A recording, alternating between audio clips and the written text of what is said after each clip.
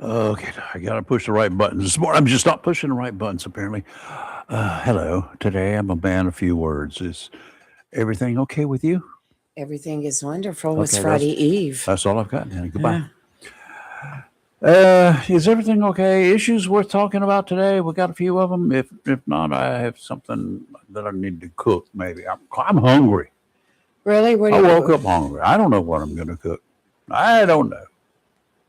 Maybe some grits and shrimp again. Oh, I love shrimp and grits. Mmm.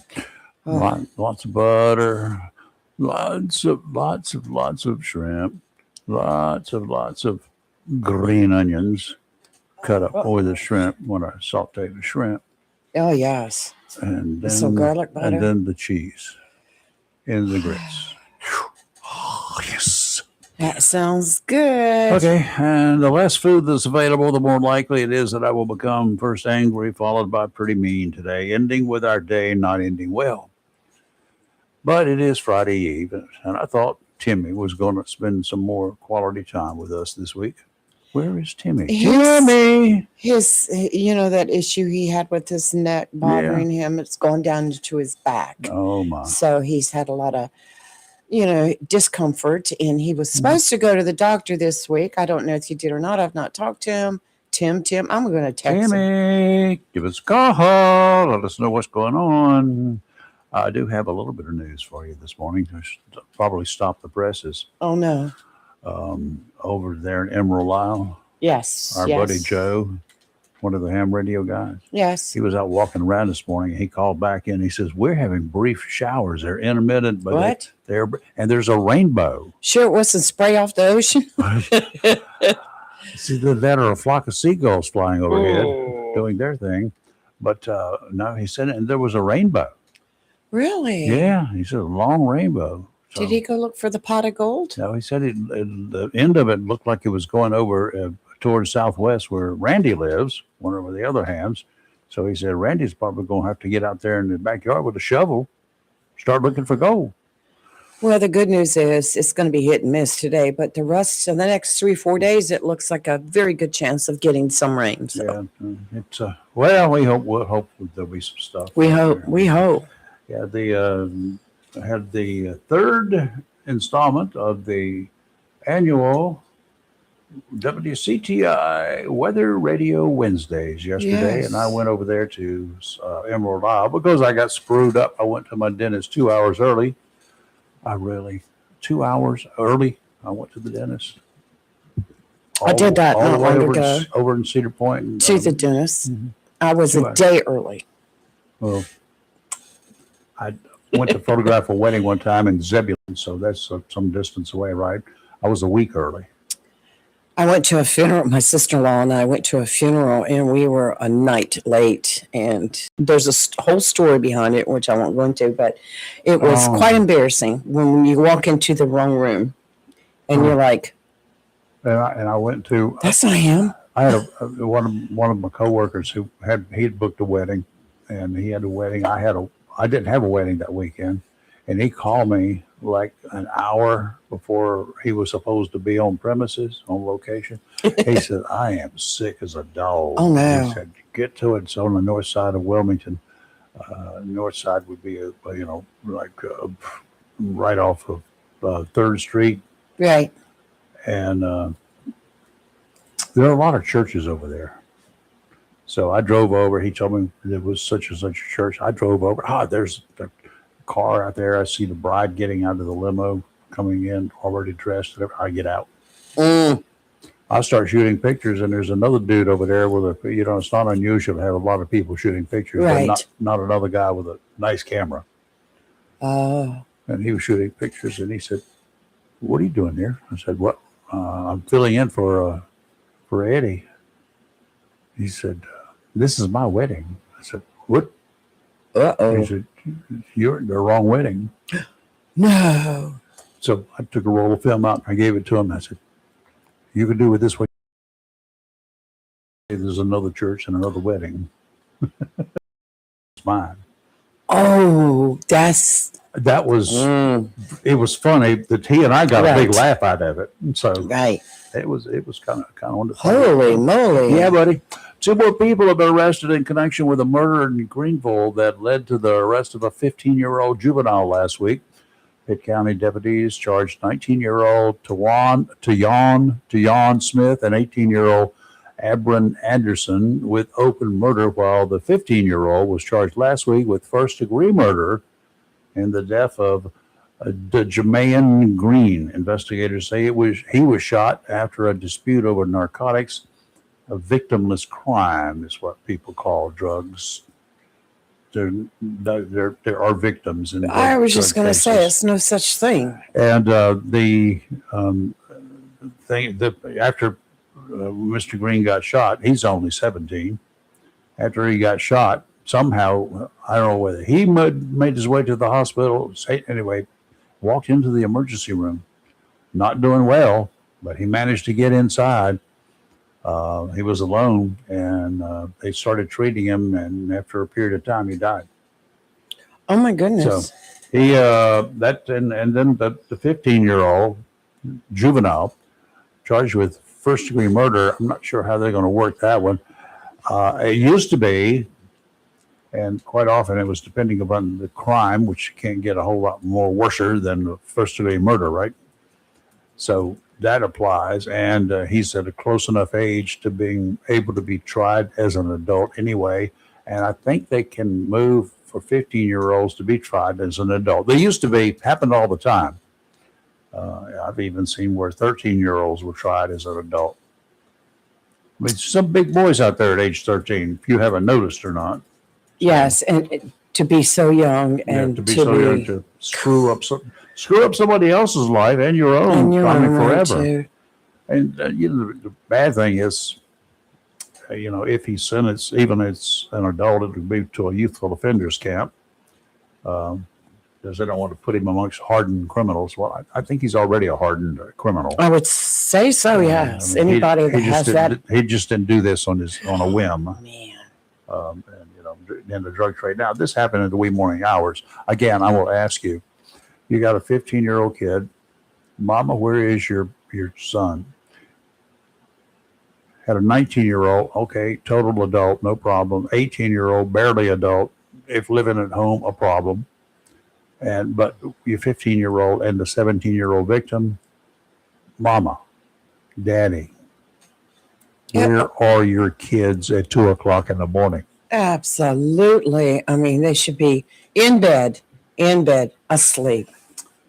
Yeah. That's just, we see, it's just, I know we've made a lot of strides in Onslow County, thankfully to organizations like MENAC, Yep. and who has done marvelous work in the schools. And I believe they told me last week when I saw Mario Harris, that I think he said they've branched into Carteret County too now. It was an adjoining county, but they're doing wonderful work in the schools with kids, and we need lots of that. Need to have some work done with adults too. The parents of two small children here in Onslow County are in two different jailhouses charged with exposing their children to methamphetamine.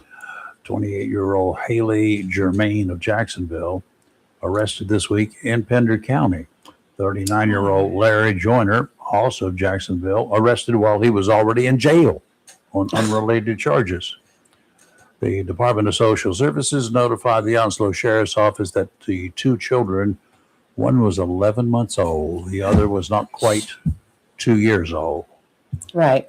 Living with those people, their parents, in a home that had methamphetamine residue, creating an unsafe environment, according to DSS.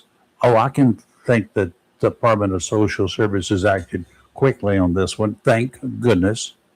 They went in for whatever reason and they found the two children and living in that environment.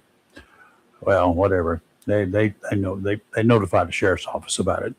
Both Germain and Joyner are in jail. And they're in there and they can't get out.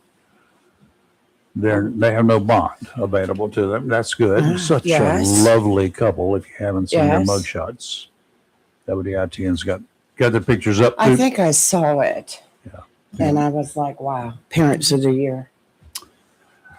This table takes a lot of abuse. Yep. 23 years after pouring gasoline onto a man and then setting it ablaze, this man who did that finally executed in Arizona. Still trying to understand why it takes 2 decades for justice to be served for such atrocities. 53-year-old Larry Dean McGill received his lethal dose yesterday morning, less than 24 hours ago. Back in 2002, McGill, high on meth at the time, doused James Perez and Perez's girlfriend, Nova Banta, with gasoline while they were sitting on a couch. Then he set it on fire. Wow. The girl, Sick. fortunately, survived. Obviously, an issue with her, of course, forever. Perez died. She was able to provide the information necessary to get McGill arrested. Now, again, this was in 2002. 2002. So at age 53, yesterday, he went on to meet his maker. McGill had the privilege of a peaceful death, not like Perez, not like the never-ending agony that Nova Banta is having or going through. He had a peaceful death, going to sleep and then snoring What? before the killer overdose of drugs he was given killed him. Didn't take long. McGill did not suffer. He is the first of 3 condemned men on death row scheduled to die this week. Not all in Arizona. He's the only one in Arizona, 2 other states. Arizona came under criticism from Bleeding Hearts back in 2022, just a few years ago, after they had trouble finding an artery for the injection point on a guy. Oh. A guy had committed a heinous crime of murder to the point that a jury returned you deserve the death penalty. Yes. 4 years ago, these Bleeding Hearts claimed it was cruel and unusual punishment for the murdering scum at the time. Oh, boo-hoo. Boo-hoo-hoo-hoo-hoo. Arizona resumed executions in 2022 after an almost 8-year pause caused by problems obtaining lethal injection drugs and all the scrutiny around the 2014 execution of Joseph Wood, who gasped and snorted repeatedly for roughly 2 hours after receiving 15 doses of a 2-drug combination before dying. 15 doses? Wow. I think 15 doses of aspirin or Tylenol could kill you. I would think so. Jeez. Go ahead. Take Tylenol 500. But with all of the fentanyl that we've already seized in this country, with all of that fentanyl that we can get anytime we want, why do we have to rely on 2 drug doses of killer drugs? One of them just renders you, phenobarbital doesn't kill Right. you. It just kind of puts you out. You don't know what's going on. Okay, I'd like you to know what's going on. With all of the fentanyl, though, if we got to kill somebody, why don't we just set up a guaranteed, like a 5 times the normal dosage of fentanyl and hook you up? Right? Hook them up with a syringe filled with fentanyl. Full strength. Send them on their merry way to the happy hunting grounds. See ya. These people are scum of the earth. Scum of the universe. This guy in McGill in Arizona, he sets 2 people on fire, pours gasoline on them while they're on a couch, and then lights them on fire. And it took from 2002 until 2026 to kill him. And so in those 24 years, even though he lived with that weight on his shoulder, if it bothered him. He had no conscience if he was able to do that. He slept. He watched TV. They say he was on methamphetamine Probably at the watched time. porn on his laptop. Not my problem. Mm-hmm. horn I'd give you from a barnyard somewhere. Well, I remember when Brian Kohlberger was up for, they were getting ready for his trial and everything, and his attorneys kept arguing against the death penalty, saying it was cruel. Woo-hoo. And it was unfair and unconstitutional, Yep. et cetera, et cetera. What about the But guy? you know What about those two people this dude set on fire? Yeah. That's what Brian Kohlberger sliced up 4 young people. What? Yeah, and they bled to death. That's They right. didn't die from the wounds. They bled. Oh, they did die from the wounds, but they weren't. There were no vital organs. Well, and that brings to light, too, being an attorney. You're defending someone that committed allegedly a horrible crime. You've seen the pictures of the crime scene. You've seen what was left The of the evidence. faces of the victims, and yet you've got to get up there and argue against the death penalty. I don't know that I could. Could you do it? Not even for all the money. My they attorney got. needs to go to jail. I mean, and I know that it's easy to criticize an attorney because of those. I mean, That's people fair game. naturally turn against the attorneys that are defending someone that has been charged with a terrible crime like Kohlberger did. Well, I'm not going to criticize them, except Right. when it comes to abuse, like spousal abuse, where you're really beating up somebody. When it comes to rape victims testifying, when it comes to children having to testify, and then they go after those witnesses. When they go after the victims of serious crimes Right. that are when they're on the stand, unless it's obviously that there are willing participants in a drug activity, go after them if you want to. I mean, because they are just as guilty as the other guy, in my opinion. Speaking of attorneys in court cases, Tyler Robinson has been in court most of this week. He is the alleged, I hate saying that word, I don't even use that word. the It's a assassin fake of word. Charlie Kirk. And his lawyers were arguing against having television cameras in court. Well, they lost that, Good. because, I mean, my gosh, the whole world saw, well, I wouldn't say the whole world, but many, many people saw what happened to Charlie Cook in real time. Charlie Kirk. Here's the thing that the attorneys are going to be able to argue. Where do we get a panel of jurors that know nothing about this case, or who have you? It does not know. It doesn't really matter whether they know anything about it. Right. It's whether they have formed an opinion. I will tell you right now, folks.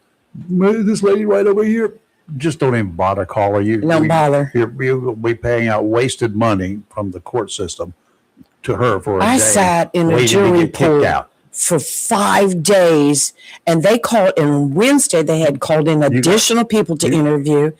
You got 5 days worth of pay for that. I just sat there. Just sat there, and I knew I wasn't going to be able to serve because I knew the attorneys. Well, I'd done some work for one attorney. well. B, with the background I had at the time, I knew they weren't going to pick me, but they didn't call my name Monday, Tuesday, Wednesday. They brought in more jurors to interview, and I'm like, what about the ones that are still sitting here?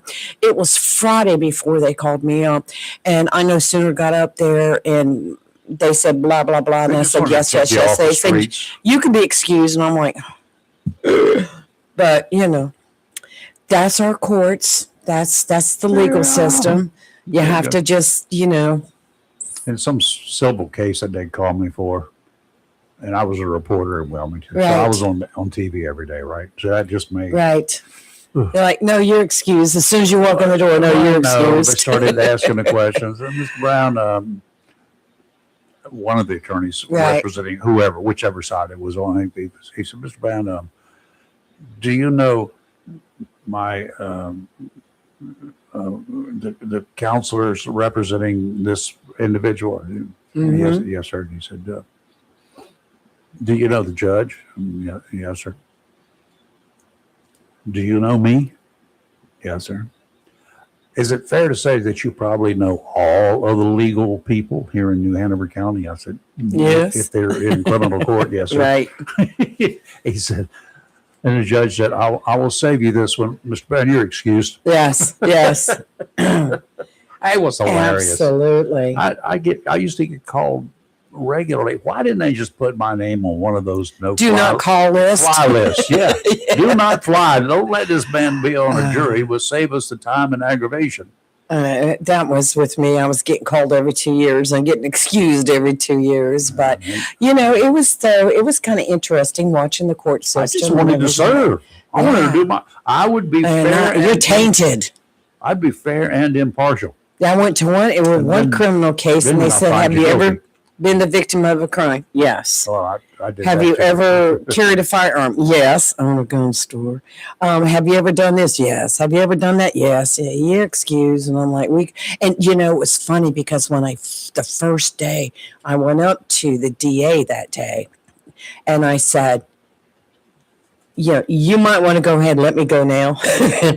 And now you have to sit there and wait till you're called. And they knew me. Yep. And, of course, by the time I did get called, it was like, you're excused. And I want to be on a jury. I wanted to be on a jury.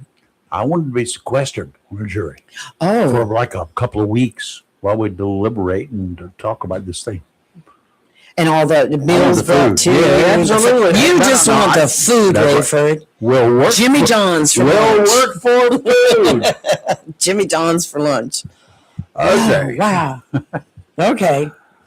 We make fun of it, but it is a serious business being on a jury. You really have to be, if you're called and you get up and be truthful with your responses to the judge.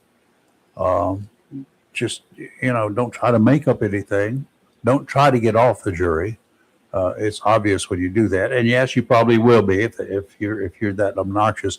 Then your credibility is shot for anything that you ever do. Right. So, have you ever been kicked off a jury? Oh yeah. Why? Because I lied. Oh.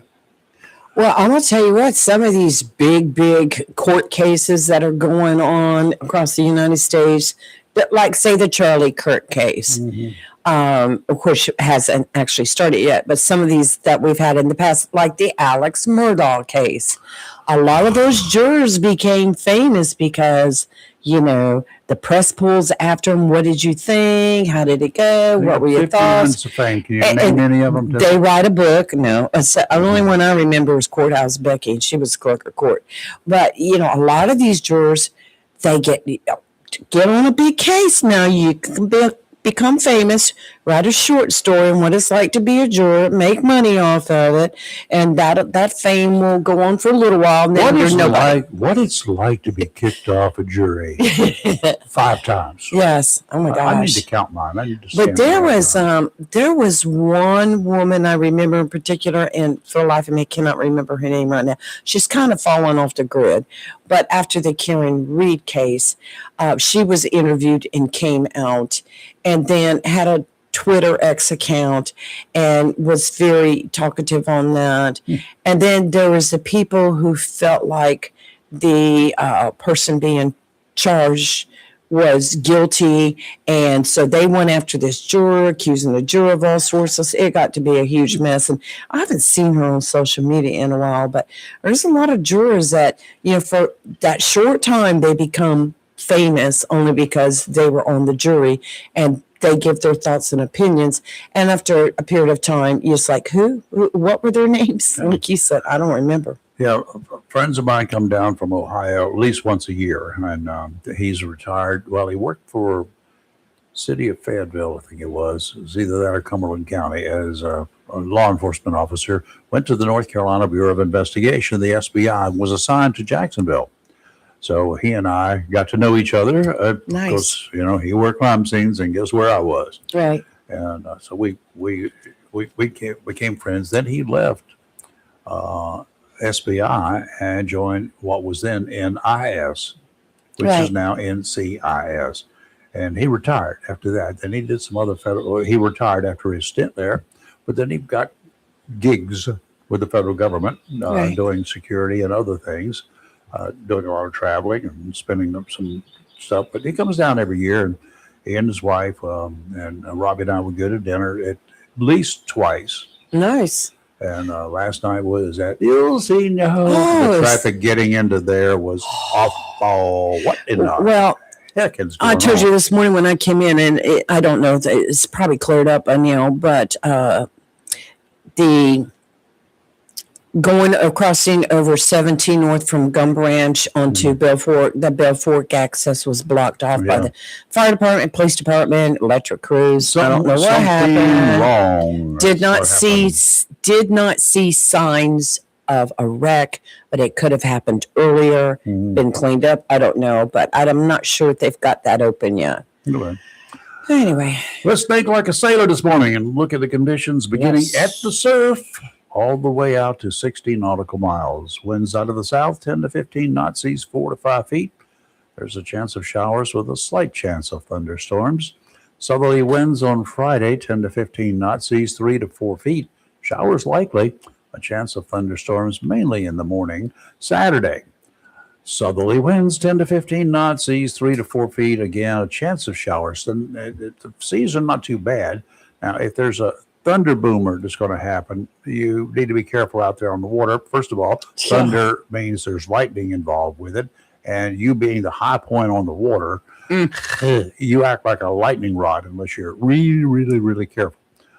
Don't stand up there holding a long, tall fishing pole. That really attracts lightning. that could be. It doesn't have to be metal. bad. All right. How many times you hear about trees getting struck? They are not made of metal. They got moisture in them, and they're grounded really well. But there's an increasing chance of showers as we go into the weekend. What you got there? Go ahead. What have I got? I have got today a chance of showers and thunderstorms, partly sunny with a high near 87. Light south wind increasing 5 to 10 miles per hour in the morning. Winds could gust as high as 16 miles per hour. We've only got a slight chance today. It's hit and miss, 30%. Tonight, a chance of showers and thunderstorms, mostly cloudy with a low around 66. Friday, a chance of showers and thunderstorms, mostly cloudy with a high near 84. And the chance of showers and thunderstorms are increasing. And Saturday, it looks like that's going to be pretty good day for anticipated precipitation is at 70%. It's cloudy with a high near 85, but those showers and thunderstorms should not be coming in till afternoon, which is a good thing because the town of Swansboro is having their bicentennial Memorial Day celebration, 8:30. I'm sorry, let me redo that. They're having their Memorial Day celebration at the Bicentennial Park downtown. Yeah, I was jumping ahead. 8:30 a.m. So bring an umbrella, but hopefully it'll be beautiful that morning. All over the town of Swansboro, going into it, coming out of it, there are signs there Yes. promoting. Military Appreciation Day. You got that right. June 6th. Big signs promoting it. It's next weekend, not this weekend, but the following weekend. And it's going to be at Hammocks Beach State Park. Right, yes. And so we'll go on down there. Lee and Dan from the Amateur Radio Club will be setting up a booth, right. a table with some chairs in it. And, Look for us. And then they're going to bring a radio or two, and other folks may show up, other hams. We have a meeting that morning, but the event kicks off at 10 o'clock. Y'all will be there early to set up, so you'll miss the meeting. But all of us, when we finish the meeting, there will be some of us that will be joining. Appreciate that. Because that's going to be going on through 3 o'clock. I have double duty that morning because at 10 when they open and do the speeches, etc., I have to run up there to represent somebody else. And then I will change real quick and run back to the booth. So they've got a special phone booth installed just for her. So she can go in there and make a change. All right. Randy out there on his golf cart this morning in Southwest. He was reporting 64 degrees, 99% humidity, 30.06 inches of mercury.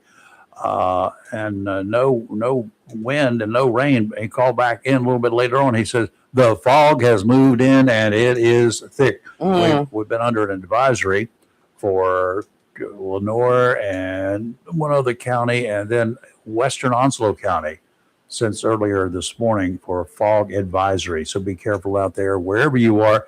I could see just a little hint of fog above the house next door just a few minutes ago.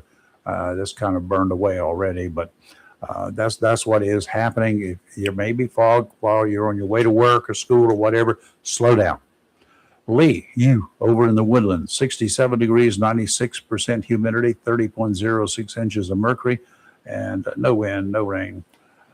Dale called in this morning from up around the Bend, River Bend, 67 degrees, 99% humidity, 1,014 millibars.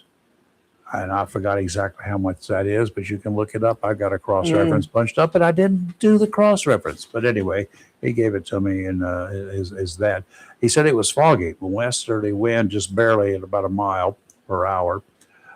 Joe in the Borough, interesting this morning. 70 degrees in Swansboro, 99% humidity, 30.04 inches of mercury, and he said. Wind, it was calmish, not much wind at all, and not even measurable. And then over at Emerald Isle, he goes over there and he just walks around the beach and picks up seashells by the seashore on a sunny day. Very good. But at Emerald Isle, it was 73 degrees and mostly clear, he said. That was his first call. His second and or third calls, he said, yeah, we had brief showers. They've been intermittent. They've been coming down for just a minute or two. I'd looked at some of the clouds in that direction this morning. And last night coming back from Swansboro, I said, you know what? There's some stuff offshore here. We might even get something out of it. But he says it's very brief, but it did produce a rainbow, a large rainbow. I'll catch it fast. So anyway. Right. So, okay. Over in Bladen County, it was 65 degrees, and James there was reporting thick fog. Ward over in Cedar Point, no fog, 71 degrees, 96% humidity, 30.13 inches of mercury, winds out of the south, estimated 3 to 5, pretty light. Brian also in the borough this morning, he's had 93% humidity. His temperature at 68.4 degrees, 29.73 inches of mercury, no wind. Onslow Bay, Ken there. A buddy who was giving me directions yesterday so I could detour around what turned out to be a nothing. 68 degrees, 94% humidity, cloudy. Towards the east, you could really see some of the clouds out there. Robert over in Jones County, 67 degrees, 96% humidity, 30.06 inches of mercury, light fog, easterly wind of about 1. Todd driving in from Richland, 70 degrees and dense fog here at the studio. It's currently 69 degrees, 99% humidity, and we've had no wind here in some period of time overnight. 29.95 inches of mercury. It just stays pretty steady around here. Right. Some sudden changes coming. Weather's been pretty calm this past week. We have a caller. Good morning. It's live and local. Can I help you? This is a test. Ted? Next few minutes. Oh, it's Tim. The donkey man. Oh, it's Tim. I thought you said, hey, this is Ted. You were very low at first. Yeah. But go with it. Was. Yeah. No, you're fine. I got you, Ted. She's hearing out of her bad ear. He hit the button so fast I didn't get to see. The number never showed up on the screen. So. Well, she just Twitter pated. It's Friday Eve. That's right. It is. Friday Eve. Yeah. Friday Eve. What I'm calling you about yes. is nothing serious. Does this sound any better than I used to when I call it does. Absolutely. Much better. Yeah. Okay. That's what I'm calling about. I went and bought a new headset. Oh, nice. So yeah, I wanted to call it in. I'm right here on Camp Lejeune this morning, moving some material. But no, I wanted to call and give you a shout out. If y'all ain't busy, I might see you Monday morning. Well, we were talking about you this morning. That's what we were talking about right early this morning. Where's Timmy? And I told him that you had some issues with your neck and back, and you were dealing with that. How are you feeling? I'm feeling pretty good. I still I hadn't gone to the chiropractor, but between me and the ivermectin and Bigeloil and the DMSO, we're surviving. I tell you what, when you come in here on Monday, just lay down, and I'm going to jump on your back. Mm. Yeah, I'd rather have Shockwave do it, but okay. Shockwave will do it, but you won't even know it's all 8 pounds of him. Yeah. That's what we need those miniature goats. if you can get Lee and Robbie to wear the bikinis, they can stomp me right on in the ground. I wouldn't care. I'll wear mine. Okay, okay. You wear your man thong, and I'll wear mine. Oh, Mine's going to be purple. Yeah, you can Did I tell you I needed Monday off? You can watch it on TV. No. I'll move the camera. Okay. Oh my gosh. I just wanted to test out my new headset, y'all. Well, that's working great. Sounds very good. Well, thank you. Oh, good. Yeah. Well, y'all be good. I'm going to get off here. Be careful. I got to haul some material over here to the base landfill for these guys. Oh, well, you be Okay, careful. let me ask you one before you leave. That is not a Bluetooth headset, is it? It's called a pair. Yeah. It's wireless. Yeah, it's wireless. Yeah, it's Okay. Bluetooth. Do you hear? I'm asking because I'm looking for something. Do you hear yourself when you talk into it? No. Okay. But I have in the past, and I would say, let's hang up and try this again. That was where the problems were being created because it was echoing inside because of a very bad headphone. So when you get a chance, would you make a note of the model number and the brand name of that headphone? Yeah, I already got it. Okay. I already got it. It's just an upgrade from the last. Every time I buy, and I always buy the same name brand. Yeah, bring it with you when you come in Monday. I will. I can do that. I want to see if I can modify it a bit. I won't modify yours. I just want to look at it before I buy it, see if I can modify it to fit our applications here. And you can look it up online. It's a Blue Parrot 450. A blue parrot? That's what it is. Blue Parrot is the name brand, and it's the 450 XLT. Okay. Okay. Yeah. But I'll bring it. I'll bring it. I'll have it in the truck. Thank you, sir. Hey, y'all be good. Nope. And, You too. be sweet. And I'll see you Monday morning. Okay. Bye. Bye. All right. Bye. You don't pay any attention to me. Well, we were talking about court cases. We were talking about stupid as stupid does. We were talking about attorneys and jury duty. And I've got a case for you right out of New York. This is crazy.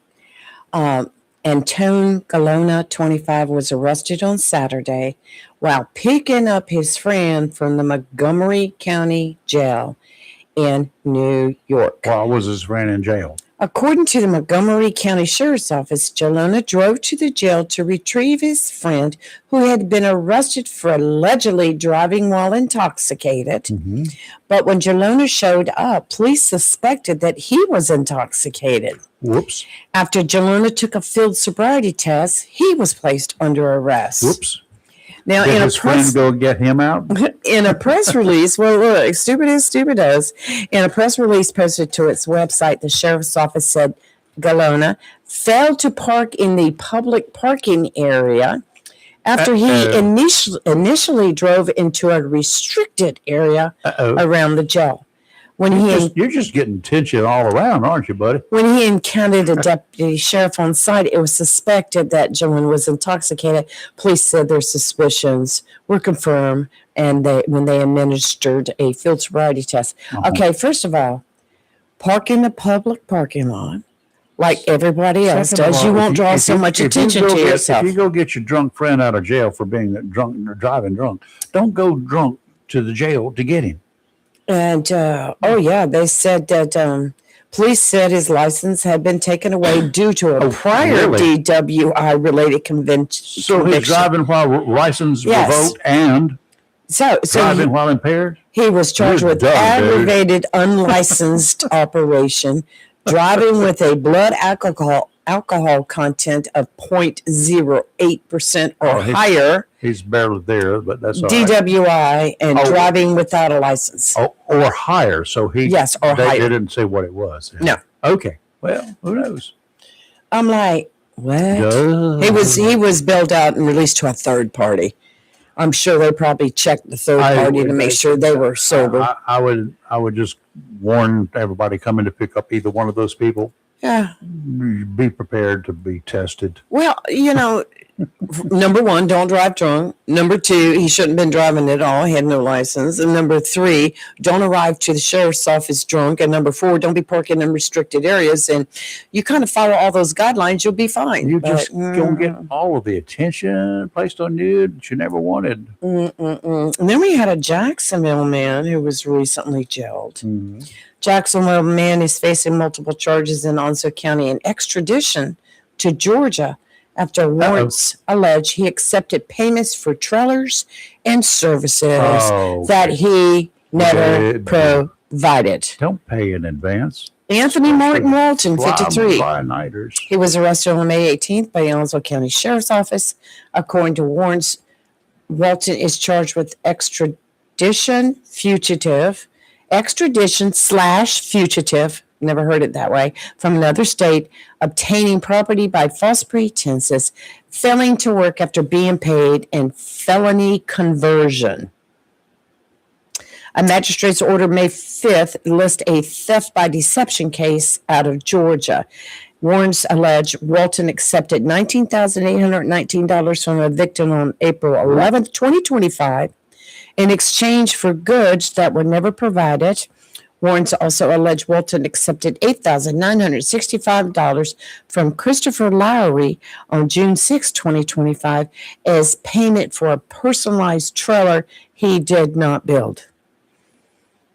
The trailer was owned by another victim. Oh, my. Yes, sir.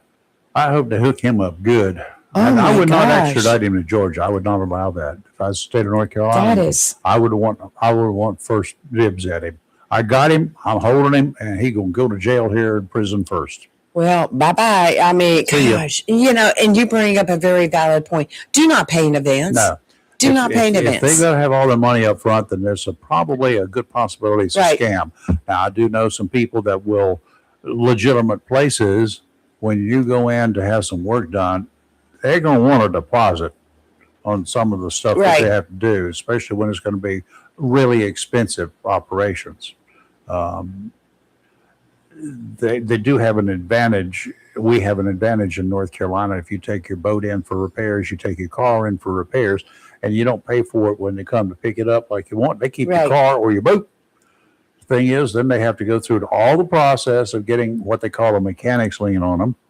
And it's a civil process, takes a period of time.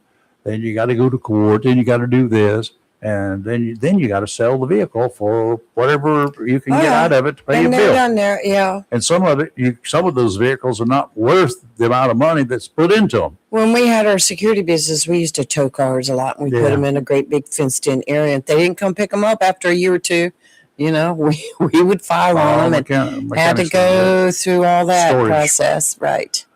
I made a little joke last night. Our waitress, she's really cool. Summer. Oh, okay. At the restaurant at El Cino. And the second time we've had her in the last couple of months. But anyway, she was there and cracked a joke or two. And I said something. I said, I asked about the owner and if the owner had caught the fish that they had on the menu. And she said, not today, because he's been pretty busy today. He may have been out there yesterday. So I said, you're not even a really good liar. And that's to your credit. And she kind of laughed. And Steve, my buddy from NCIS days, I said, he and we learned how to lie. That was part of our trade. So she was looking at us. I don't think I ever explained it to her. And so it was kind of funny. I said, so do you understand the profession that we might be in as we're liars? She said, oh, you're lawyers?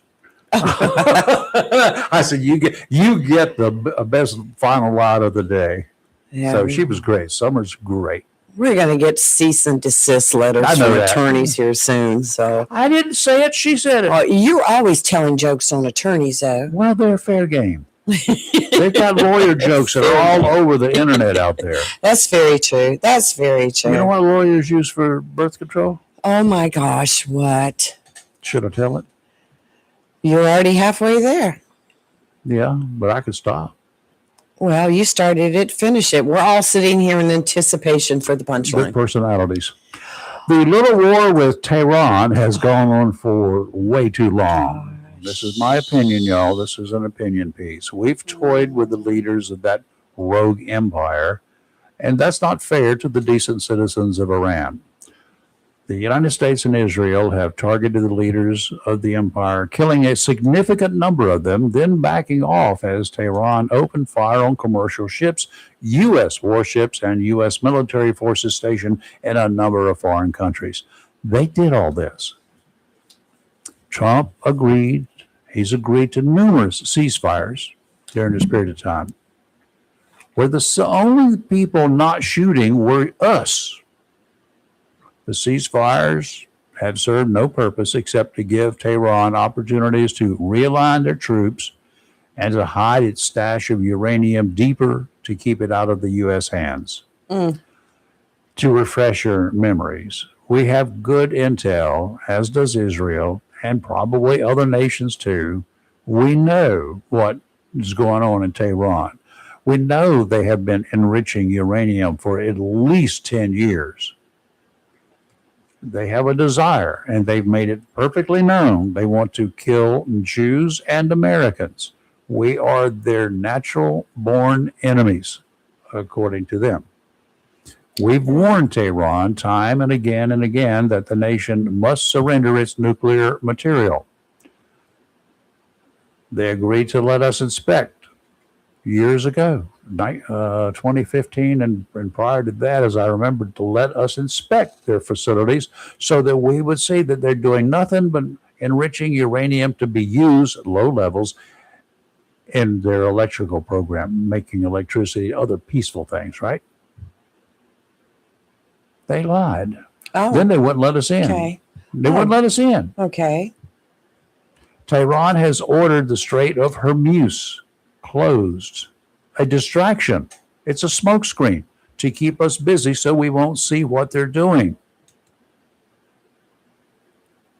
We've got to make them let us see what they're doing in their nuclear enrichment program operations.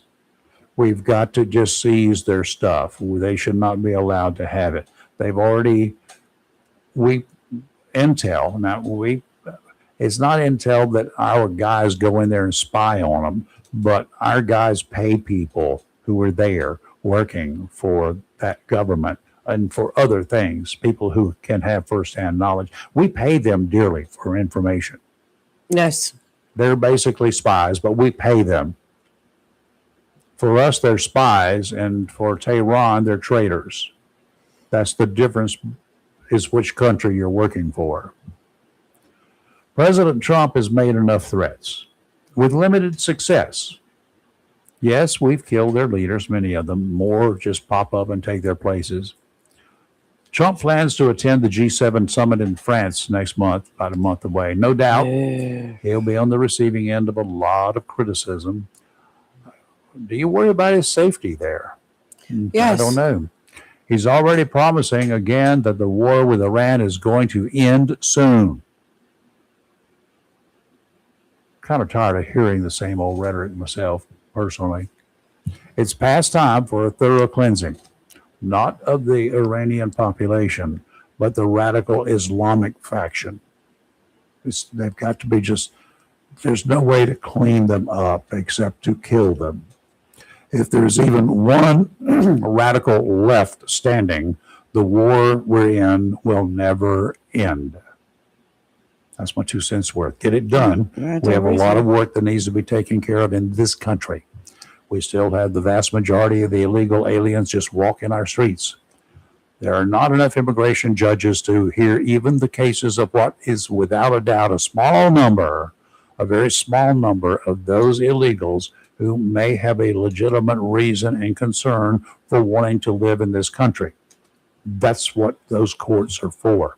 We don't have enough judges to take care of all of them because everybody will have to appear before a judge.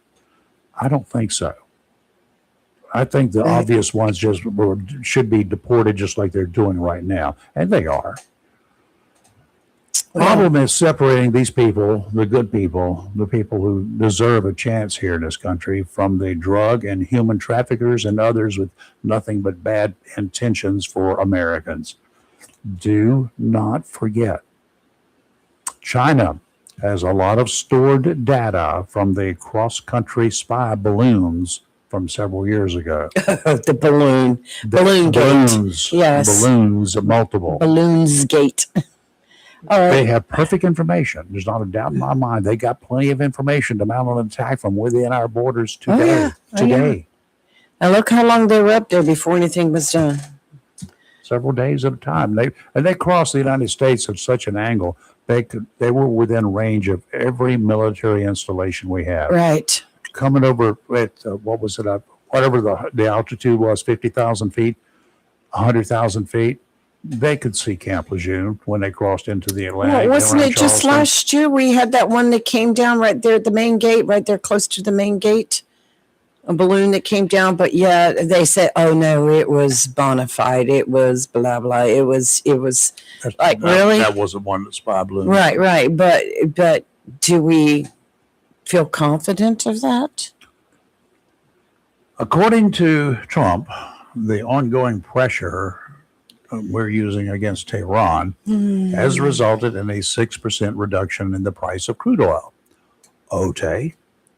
I don't think I've seen a reduction at the pumps, and that's where it counts.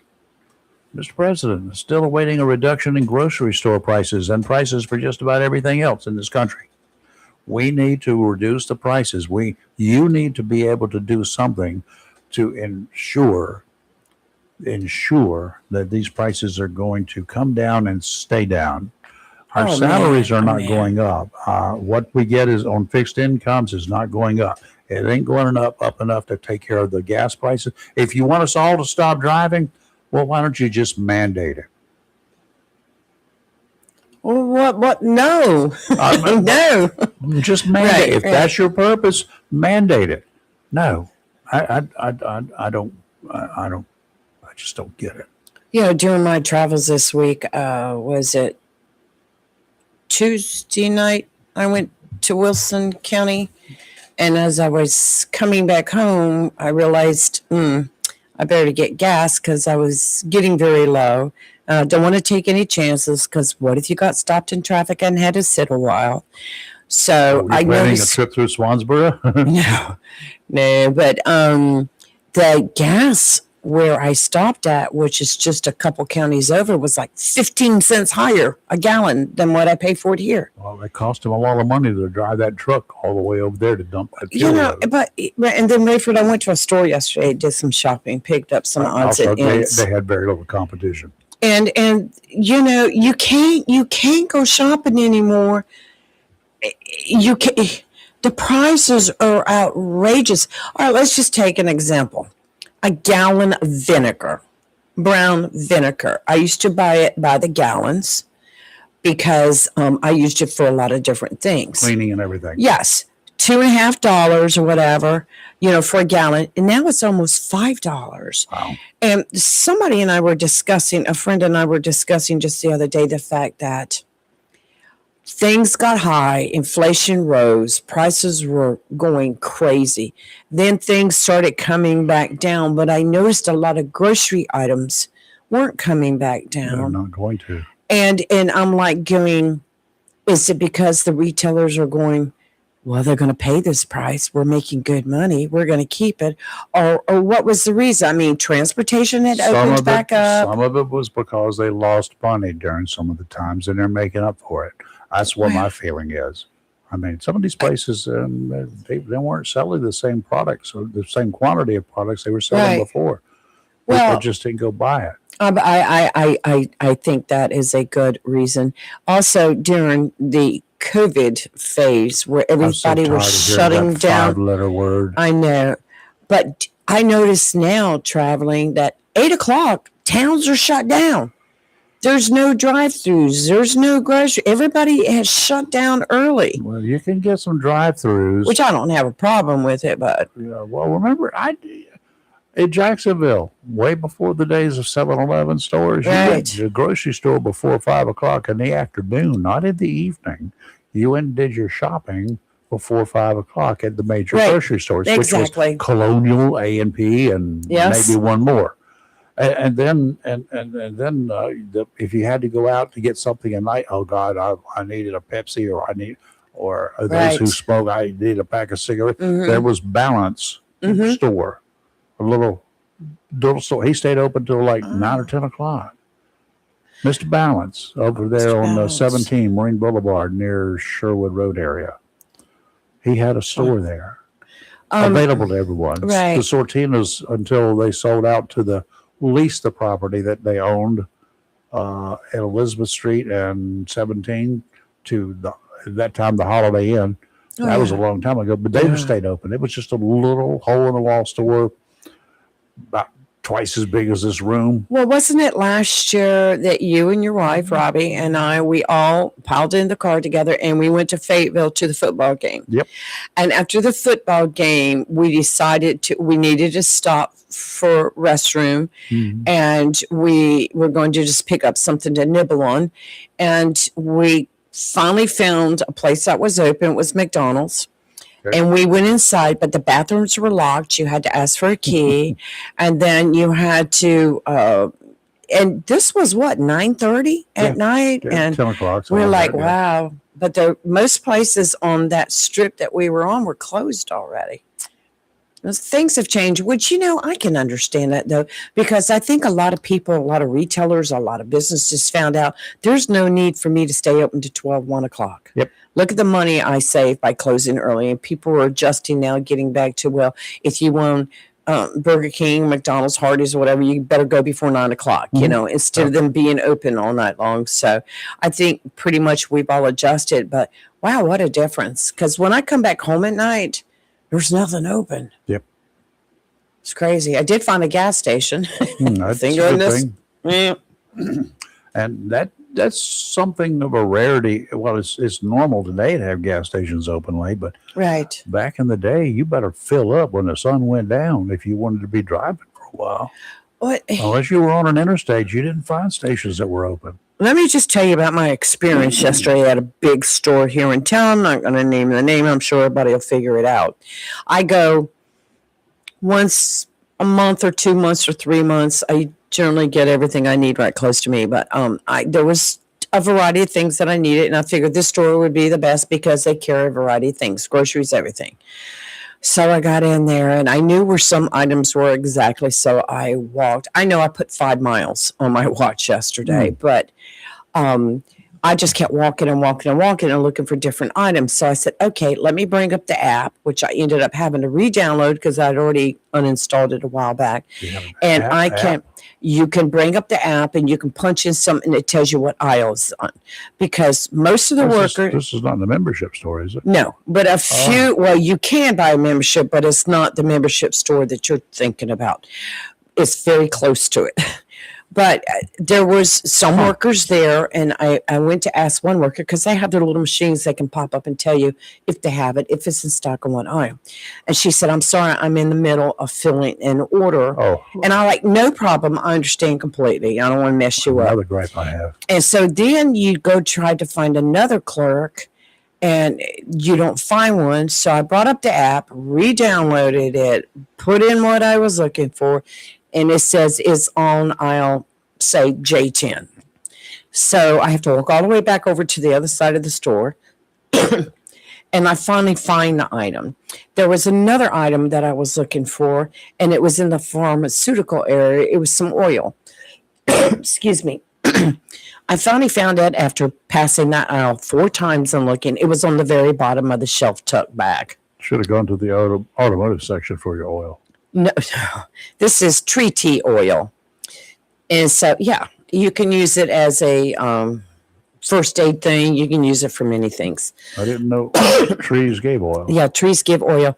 This is Chris Miller. That's it's time for our famous and fabulous sports editor with the Daily News. I can't do it. That sounded awful, didn't it? Yeah, you don't, Mr. Rayford, you don't do it quite as well as our buddy Chris Marks does. Yes. He does a good job of the sound effect. He does a great job. I don't. I hope everybody's doing well this morning. We're doing good. We're doing fine, sir. How are you? I'm doing good. Rayford Lee, I really enjoyed y'all talking about the jury duty and the civic duty, civic responsibility. I just want to do it. They won't let me. So I'm sure you have a story. Let's hear it. Well, yeah, I wanted to share. So a couple of years ago, I got the letter in the mail for Greetings. jury duty, and it ended up being for grand jury duty. Oh, no. Ooh. Grand jury duty, Oh, which no. Could last so all year long. It does. well, it sounds bad for 1 year, but it's one Tuesday or Wednesday. I think it was Tuesday. One Tuesday every other month. So you only did it 6 times. Where you go and rubber stamp everything. Yeah, so you're there for. I mean, sometimes we were only there for maybe 4 hours, and I think there were maybe once or twice we were there for 5 or 6. It kind of just depends on what the caseload is, and if the law enforcement officials how quickly they present their information, and sometimes those folks are kind of having to present somebody else's case, and that kind of slows the process down because they're not familiar with it. So we get it, but we were in the courtroom, and the judge was handling his business, and him and I were conversing, and I said, "Well, Your Honor, Judge." Well, and Sheriff Thomas had already been sworn in as sheriff, and so it has been a while. And but I just said, "Hey, just wanted a full disclosure. Number one, I do work for JD News. I work for sports. I do want to let you know that I am related to a former elected official in law enforcement. So I kind of The sheriff. yeah. Well, I tried to not try to spell it out. And then he was kind of asking me questions. And one of the deputies who knows me and my father went up to the judge and kind of explained to him. And for obvious reasons, I'm trying not to let everybody in the world know kind of Right. What's going on. But the sheriff deputy kind of explained, and then the judge said, "Well, Miss Miller, are you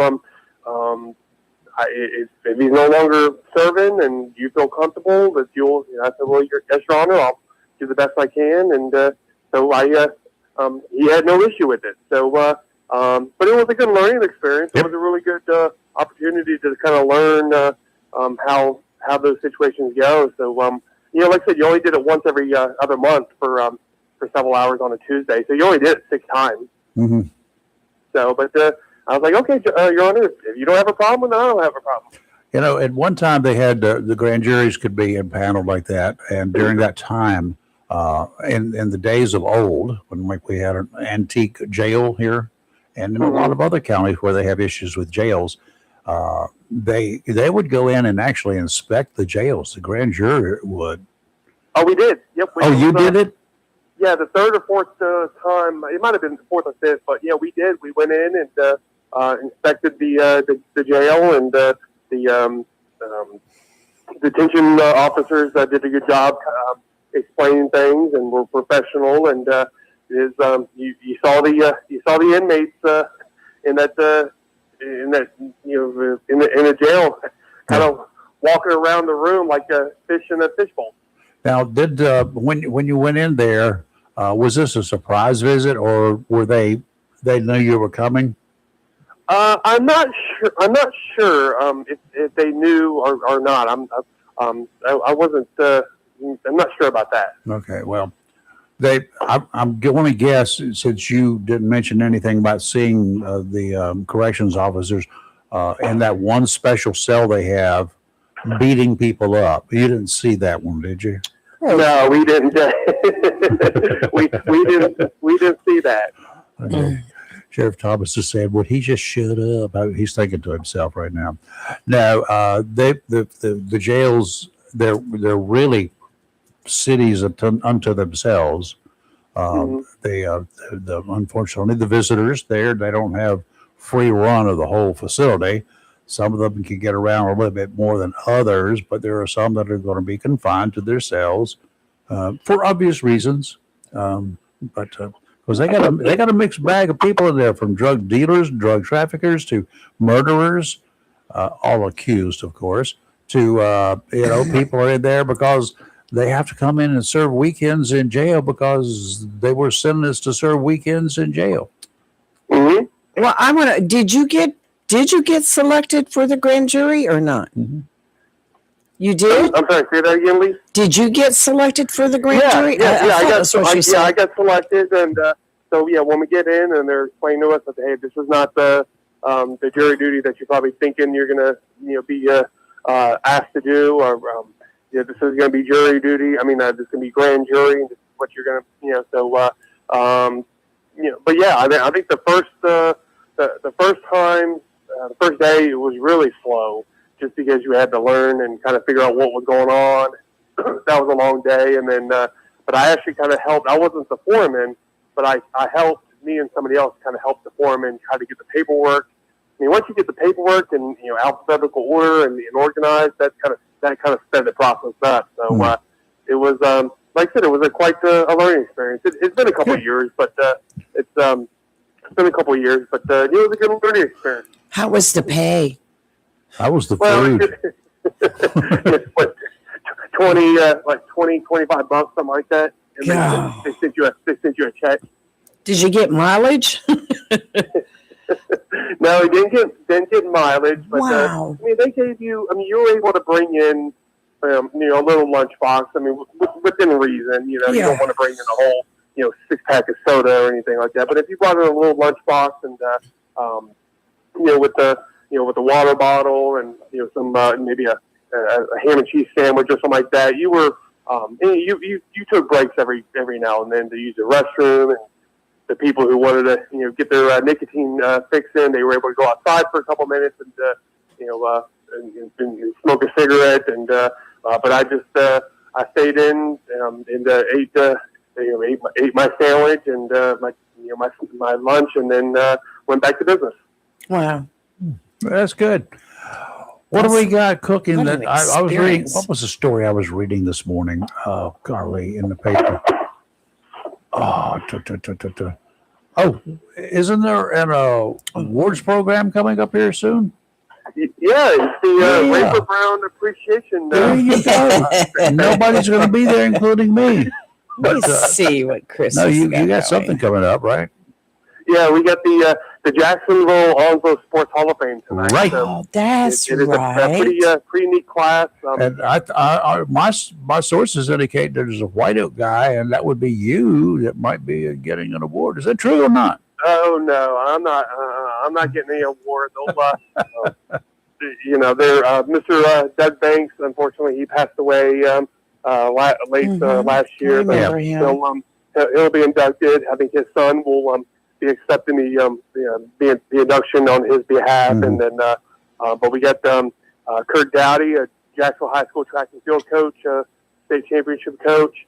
Doug Ernie, who coached high school basketball at Lejeune and Jacksonville High School, and Greg Grantham, White Oak High School basketball coach, and the first county athletic record that we've had. So and then Rookie Davis from Dixon High School baseball player. So it's a pretty neat class. And then Mike Carter is going to get the Hero Spirit Nice. award as well for his contribution. So it's Nice. they do these Hall of Fames every 2 years now. And it's always a big event, so it's going to be at the Sturgeon City Environmental Center. It's, Nice. So it's going to be a neat event.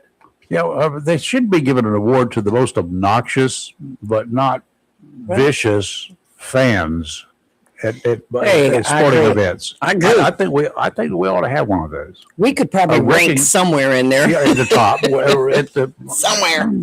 Right. Has anybody else stolen a yellow flag from a referee besides me? No, I don't think I've ever heard somebody stealing a yellow hanky, but I tell you what, Rayford, you and referees, I mean, but just like dogs and cats, and y'all just can't get along with each other. Oh, I get along with them fine. I tell you, Chris, we go to the ball game, and his wife makes me sit next to him, and she sits on the other side of me. And I have to watch him when the refs come up the steps and heading up there for the media booth. I have to watch him. I'm ordered to watch him. Hey, you got a minute? Yeah. I'm like, oh, God, here comes the ref. Oh, yes. Well, what you need to start doing, Rafer, is get to the games early, introduce yourself to the referees. You probably know some of those gentlemen, and maybe slip them a little $20 bill and say, okay, this is go Cardinals or something like that. We don't really have to do that because we got a good team always, so it Yes. doesn't really matter. I don't need to. I mean, maybe they want to pad the score a little bit and tell them not to do those 25,000-yard penalties. No. Well, we're going to go ahead and just change the subject right now because we're going to be banned from all future games if you don't I'll stop. just use another name. It's no problem. No, they Hey, know Richard, I you. have a question for you. What's that? Because you're a big wrestling fan. Oh. Did you watch that thing on Hulk Hogan on Netflix? No, I haven't course I seen did. it yet, and I don't know if I want to watch it because it just takes away from I mean, I loved Hulk Hogan growing up. I mean, much when I was much younger. I used to have the shirt that he would rip, and I had all that stuff.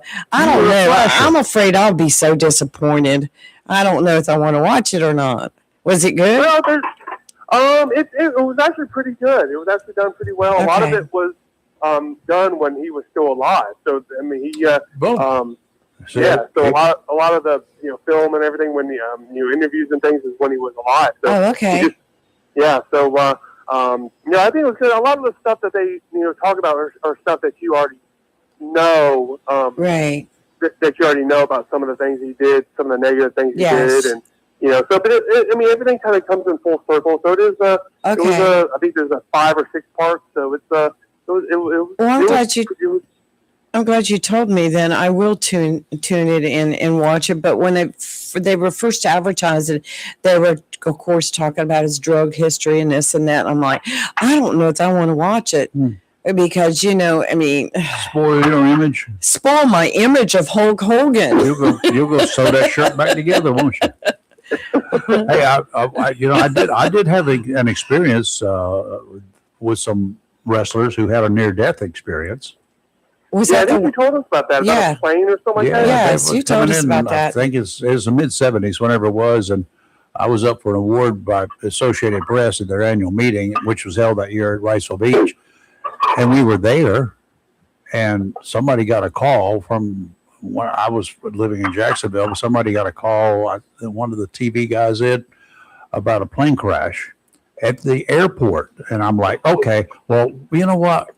That was the best dressed plane crash that the fire department has ever seen. All the reporters were not dressed like reporters. We were dressed like we were at a dinner or a banquet. And we all left. And the plane was coming in, and it ran out of gas right over the prison. Well, it ran out before the prison, but it was gliding in, and the prison unit was across the entrance from the airport. And that plane crashed right outside the gates of the prison, the chain link fence around the prison, barbed wire and all. But that's where it crash landed, belly flop right there. They missed the airport by that much. But, the pilot did a marvelous job, not turning that thing upside down. But those wrestlers were hurt. Rick, what's her name? Flair. I was just reading about Ric Flair, the latest. And they were all traveling together for an event that they would all be fighting together at. That was funny. Fighting each other. So Chris, have you heard any more coming out of Mallard Creek High School out of Charlotte over their disqualification of the state championship? No, I haven't really heard anything. I know they're appealing it, and they're talking to the high school athletic association to see if anything else can kind of maybe overturn the ruling and give them the victory. And they're not asking for the team that officially won the state title to give up their first place title, but they're asking maybe to do like a co-championship. And I mean, I think I wouldn't have a problem with that. if that's what happened. I don't think it will happen, but we'll have to wait and see. But I don't. The high school association doesn't really get into the habit of reversing referee calls unless it is just really just obvious that there was some bias and things like that, and you can't replay the game, the contest, but you can you can make alterations. So we'll have to wait and see. But I would be surprised if anything else develops. Well, I have a question, your take on it. Did the school win the state championship because of this individual's win in the 400 put them in first place? Or was it, or say if he had lost that run, do you know if the school still would have won the state championship?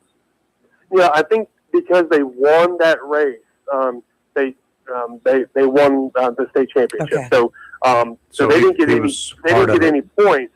But I think if they finished second or third, they might have still gotten the state title as a team, as an overall team.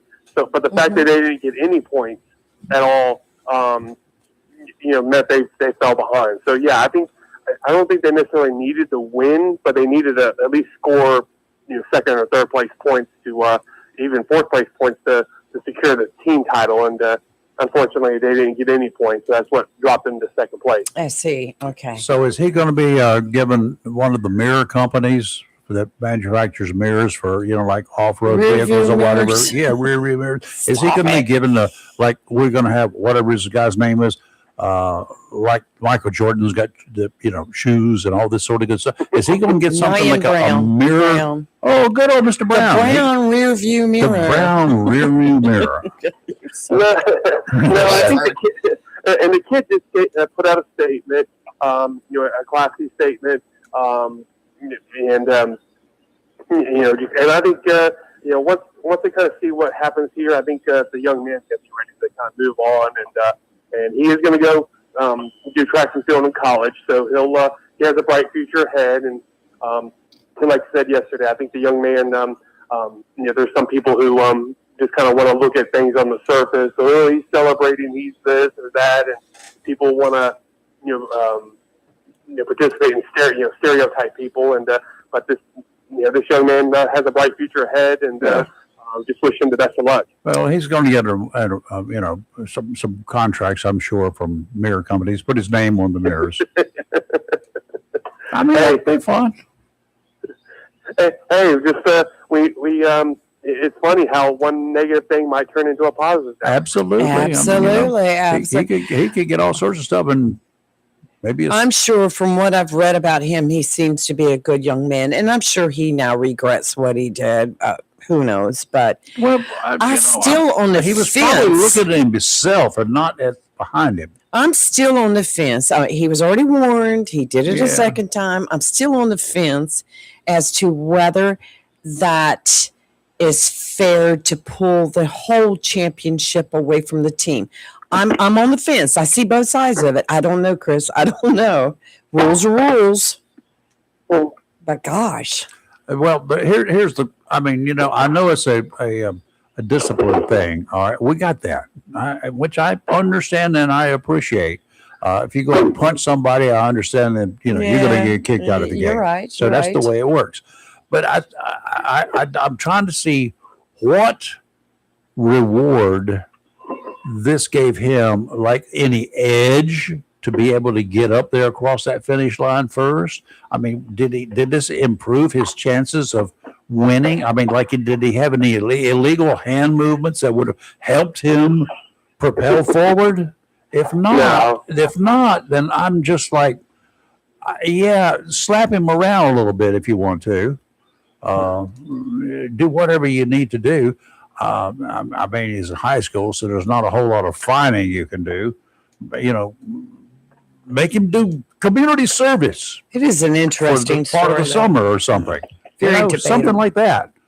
I just, like I said, I think, like I said yesterday, I think the official might have gotten just a little over zealous, maybe overdid it a little bit, and but again, for the most part, the high school officials in all sports do a good job. Like I said before, you run into some every now and then that think everybody's there to see them, and and you can definitely tell. That they're going to be difficult to work with.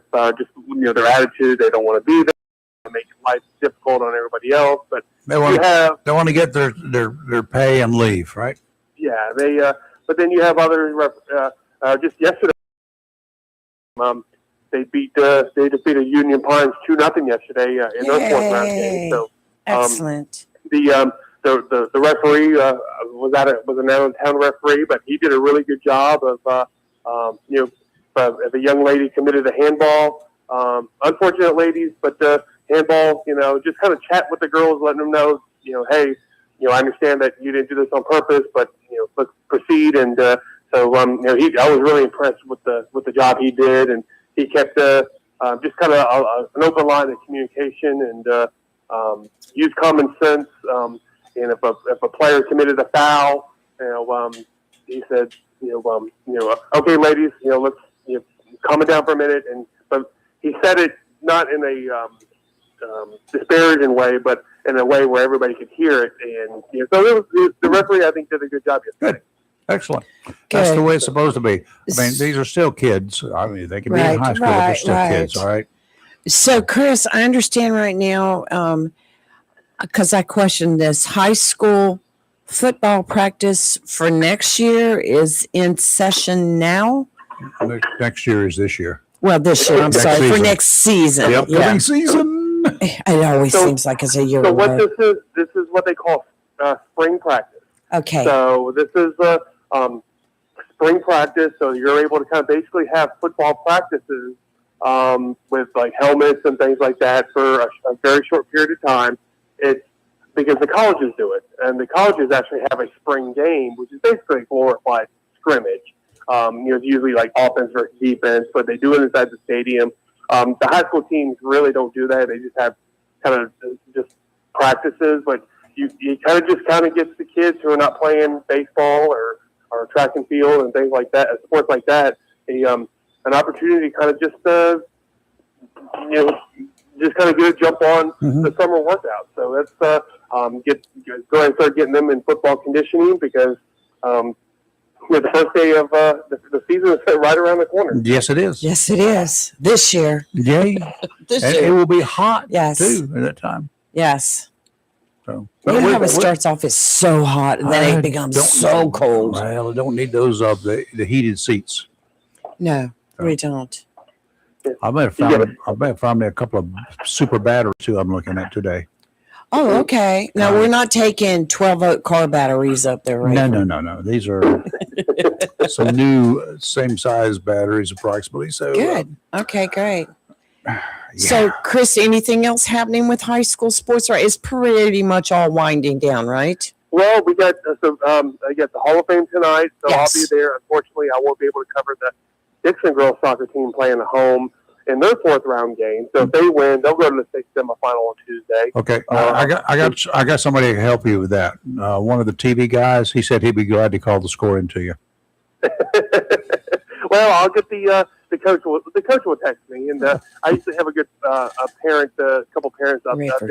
So I'll have one of the parents update me, and then while I'm at the Hall of Fame, and then well, we do have Lejeune soccer on the road in their fourth round game, so we wish them the best of luck. And Croatan boys and girls lacrosse. Y'all need to come out to a lacrosse game one day. I know. I have promised that I would. I need to be out there. I need to be out there. Ashamed of myself.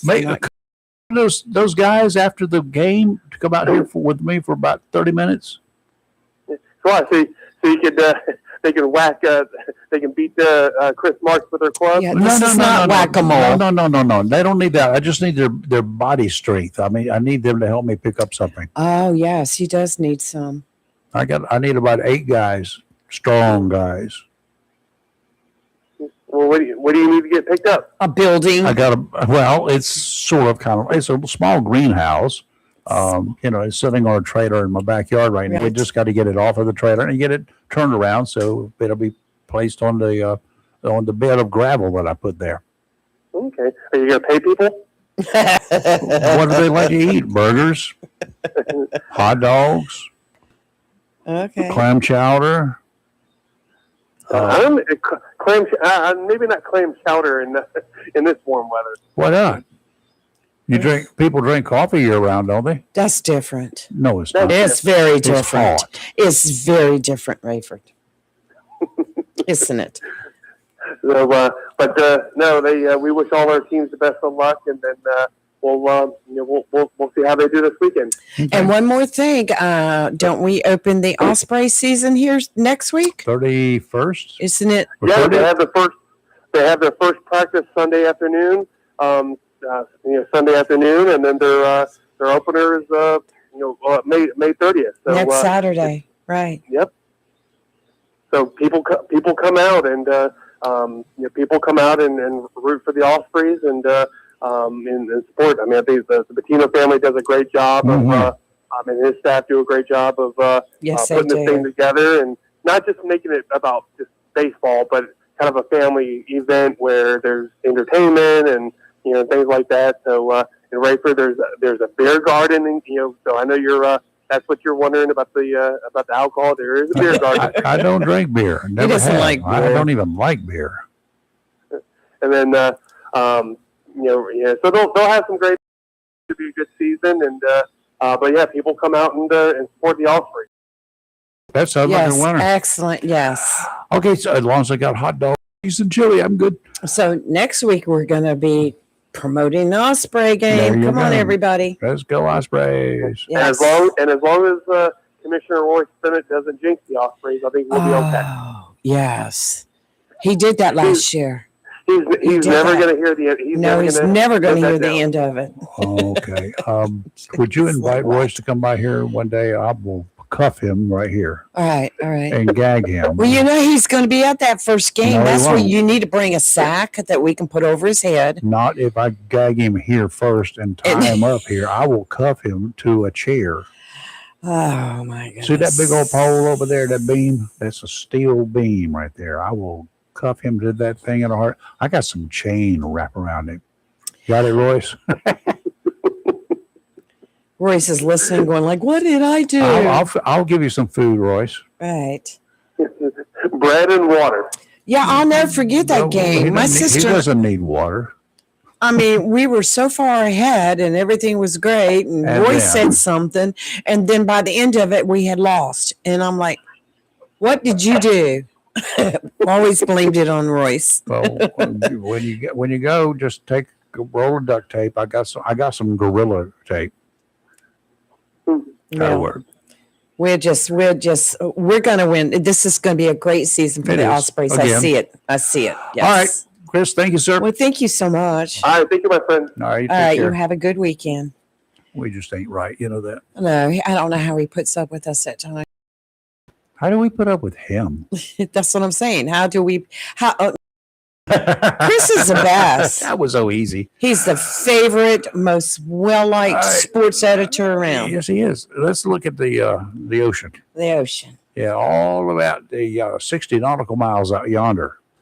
Sometimes, what they should do, the Weather Service should do, is talk to some boaters and say, out to 5 nautical miles, you can use a boat up to 15 feet in length. From 5 nautical miles to 10 nautical miles offshore, you need a boat that's at least 20, 22 feet in length. And I mean, you could give the reports like that. This will be a 15-footer day, and then that's out to 5 miles, and then all the way out to 60 nautical miles, and you're going to need a 30, 35-footer. Wow. Not because the ocean is rough at that time, but because when you're out there and you have to turn around to come in because the ocean's getting kind of on the sloppy side, it's a whole lot nicer to ride in on a boat that is 35 feet long and can actually take the seas, and you can come in at 15, 20 knots even, that slow, as opposed to a small John boat that you kind of come in and bounce around the ways in and out and get all the pouring down rain, and you come in at 3 miles per hour. Takes a long time to get back to the beach that way. Mm-hmm. Okay, that's the one thing. Southerly winds 10 to 15, seas 4 to 5 today, a chance of showers with a slight chance of thunderstorms. Tomorrow, winds out of the south 10 to 15 again, 3 to 4 foot seas. And showers are likely tomorrow. A chance of thunderstorms in the morning tomorrow. Got to watch out for that one. Saturday, southerly winds 10 to 15 knots east, 3 to 4. A chance of showers if I think we're just getting teased by this forecast of rain because you had the same forecast last week. Yes, that front is we very didn't get- slow and crossing. we didn't get any wind, any rain. out of it. No. So hopefully we'll get something. Zero. So Emerald Isle got a little bit this morning. Joe said he was Yeah. some I still think it was off the ocean. It brief was spray. showers. It was spray, Joe. Yeah, we'll stick with Okay, today we have a chance of showers and thunderstorms, partly sunny with a high near 87. Tonight, a chance of showers and thunderstorms, mostly cloudy with a low around 66. Friday, a chance of showers and thunderstorms, mostly cloudy with a high near 84. And Saturday, mostly cloudy with a high near 85. Chance of precipitation is at 70%, coming in early noon. We'll wait and see. Okay.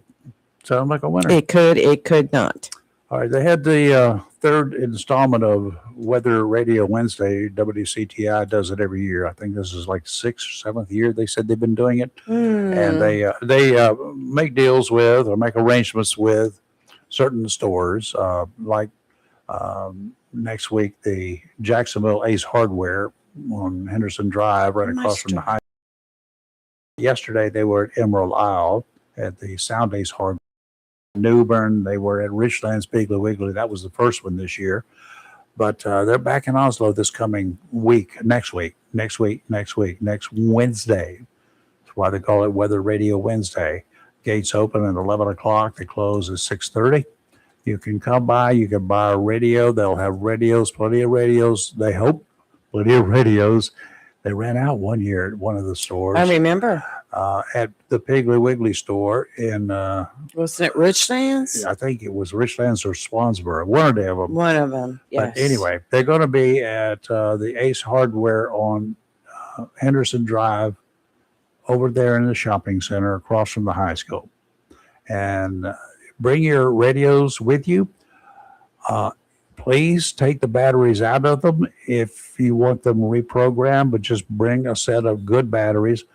Yesterday, there were so many people that had their weather radios, they wanted them reprogrammed, but they weren't working well. Okay, and we found Randy and Joe especially, they found a bunch of dead batteries. The things wouldn't even turn on. And when the batteries go dead, they're dead, all right? Isn't that not something you would check first? Well, you would.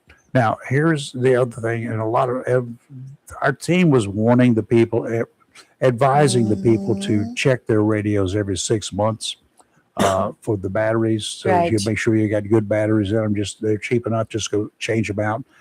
And some people just don't remember how to do it. So my suggestion too, and I told a lot of people, and I had one lady look at me. That's a good idea.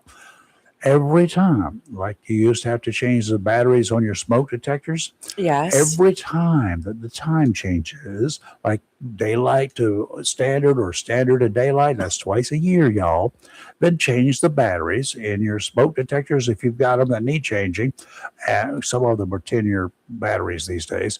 But if you've got the regular batteries, like you will have in these weather radios, change it. Every time the time changes, just change it. Can I tell you something? You're going to. When the batteries start going bad, usually your weather radio will start blinking all sorts of lights and making crazy noise. So that's an indication right there that your batteries are That's probably an going bad. indication you should have done it earlier. Right. Well, anyway, if you get to that point, change your batteries. Yep, that's it. But you know, Rayford, I can't fault people. There are a lot of people who don't understand that. I know and, that. It I happens. got 5 of those radios around here. What's the weather? Already did the weather. I don't remember what you said. I say there's a chance of thunderstorms. That's all I wanted to hear. I just wanted to hear you say it again. Today, Because if tomorrow, nothing else, Saturday, we don't know Sunday, we don't know how to do a rain Monday, dance, so we just talk Tuesday, it in. Wednesday. For a week, we have, so Okay. we're going to get some. We may get a good rain. We may get a sprinkle over the next couple of days. So we're just going to have to wait and It's see. all up in the air. Because by the time that rain crosses from western side of the country and it comes and it comes and it comes over to us. Things You change. missed what I said. What? It's What? all up in the air. Yeah, it's The rain. I do want to put out that I have confirmation that Catch 23, which is Michael Jordan, has signed up for the Big Rock tournament this year. So he will be there. And that came from the friend that I met that's on the Costa Rican. He said Michael Jordan has signed up. So we're getting ready. June 6th starts the Big Rock. I had one of the guys here a can't few years wait. ago.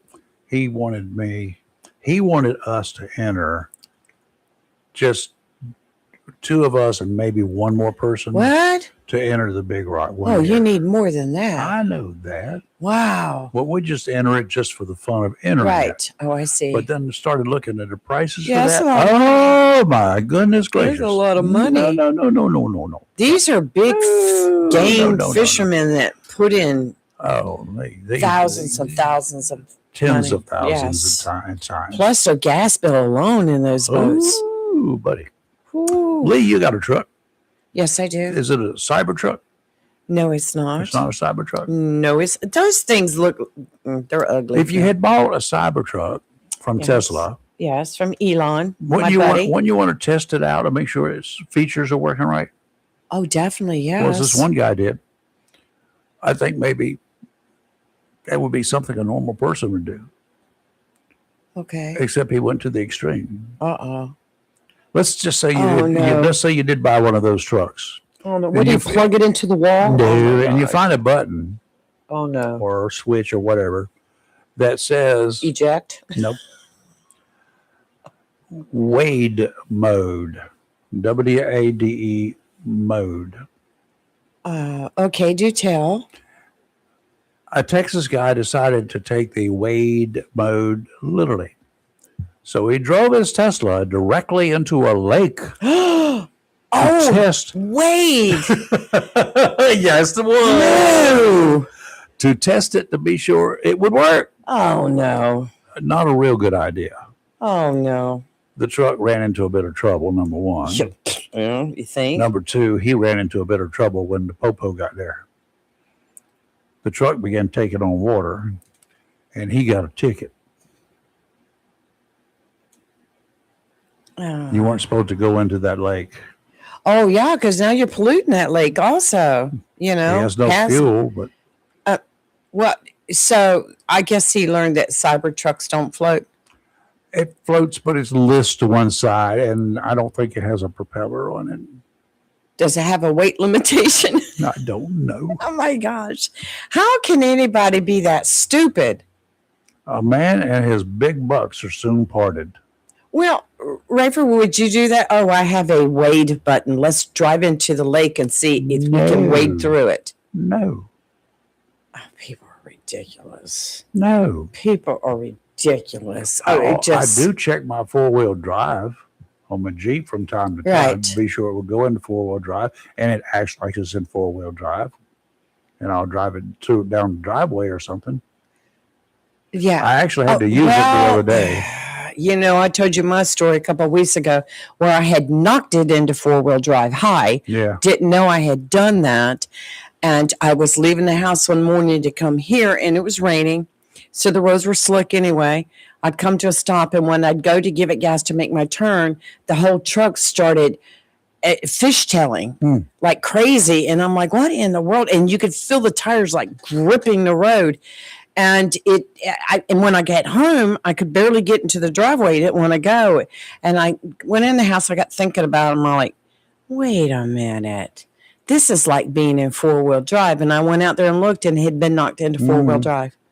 I did. It's crazy. First four-wheel drive vehicle that I owned Yes. was a Jeep. It wasn't a Jeep style like I've got. Mine was a Blazer. Mine was a Jeep Cherokee Mhm. Chief. It was big. Yes. It I was like the remember those. Wagoneer, except Oh, it was yeah. a two-door, and it wasn't quite Right, as long. okay, It was okay. two-door. It wasn't Right. a four-door or five-door, they call them. But so I got that, and to put it into four-wheel drive, you had the lever inside, separate lever, right?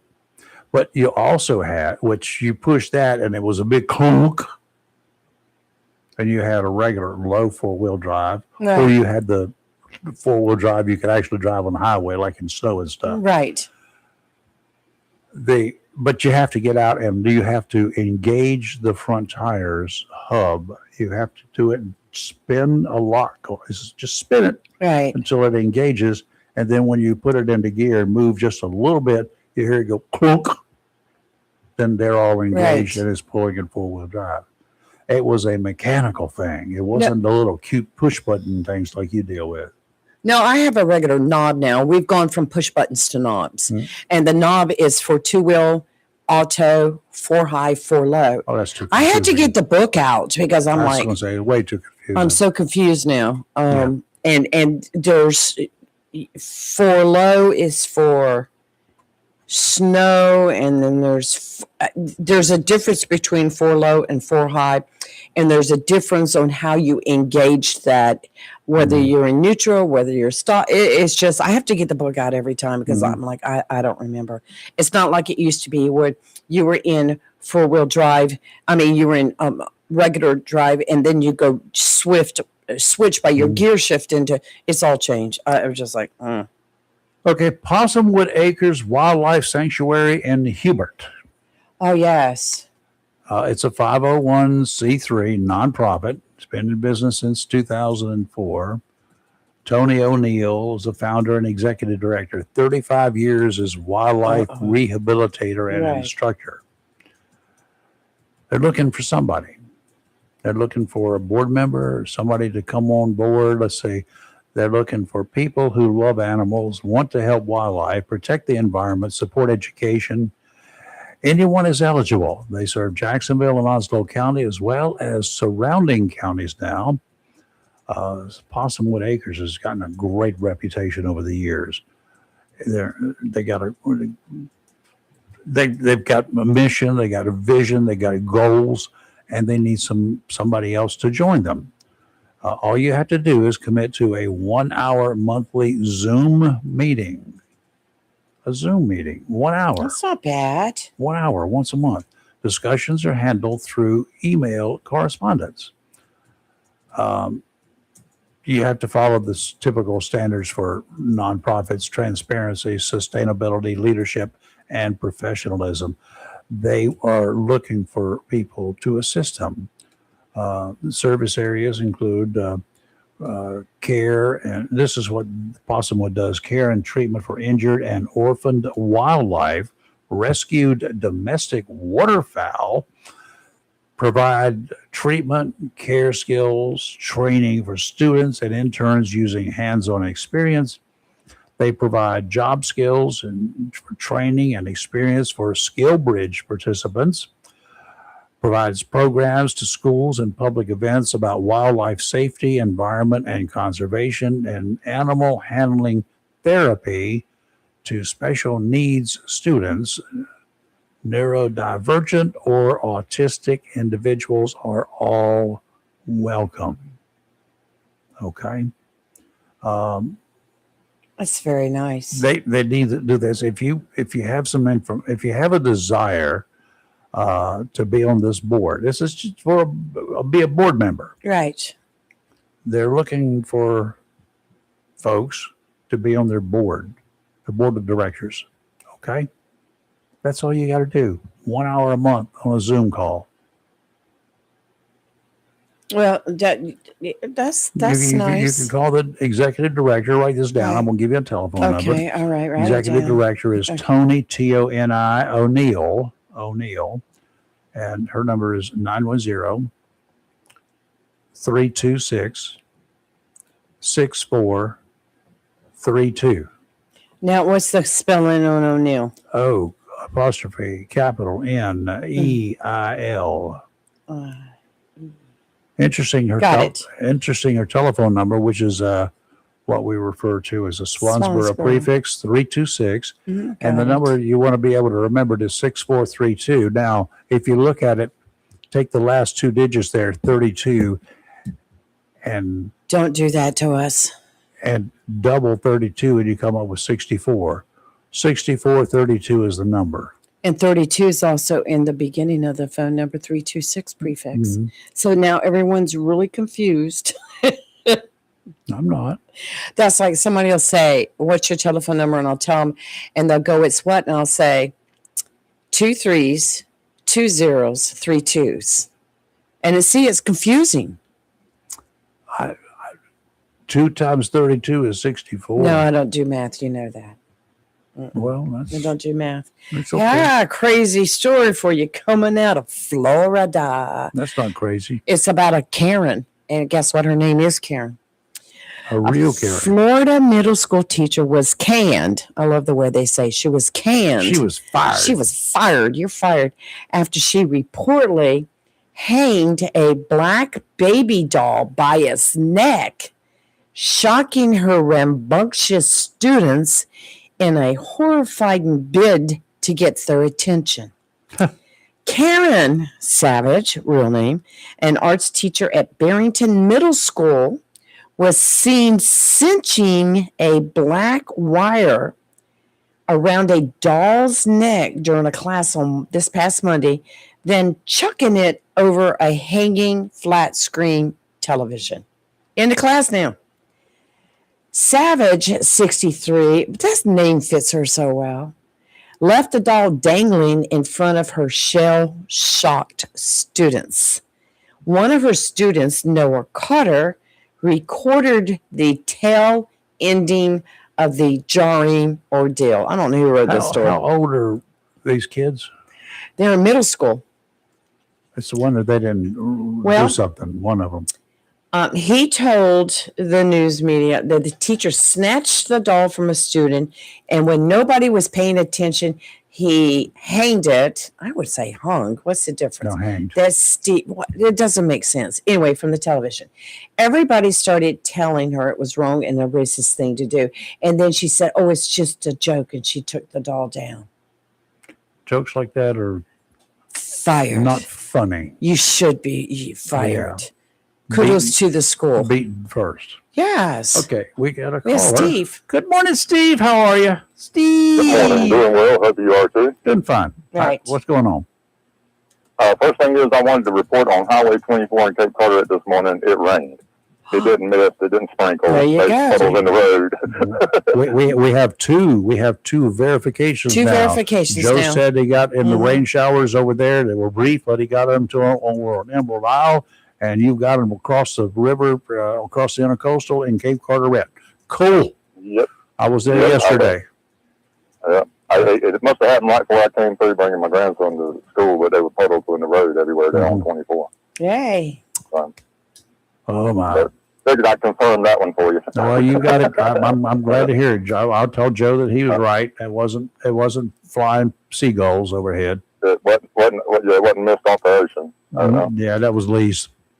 I figured seagulls would be more. Well, he's usually down at the pier. That's why I said that. Well, I I get that, yeah.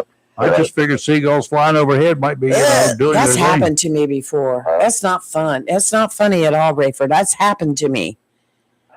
Ugh. It's happened to me several times. Yes, see?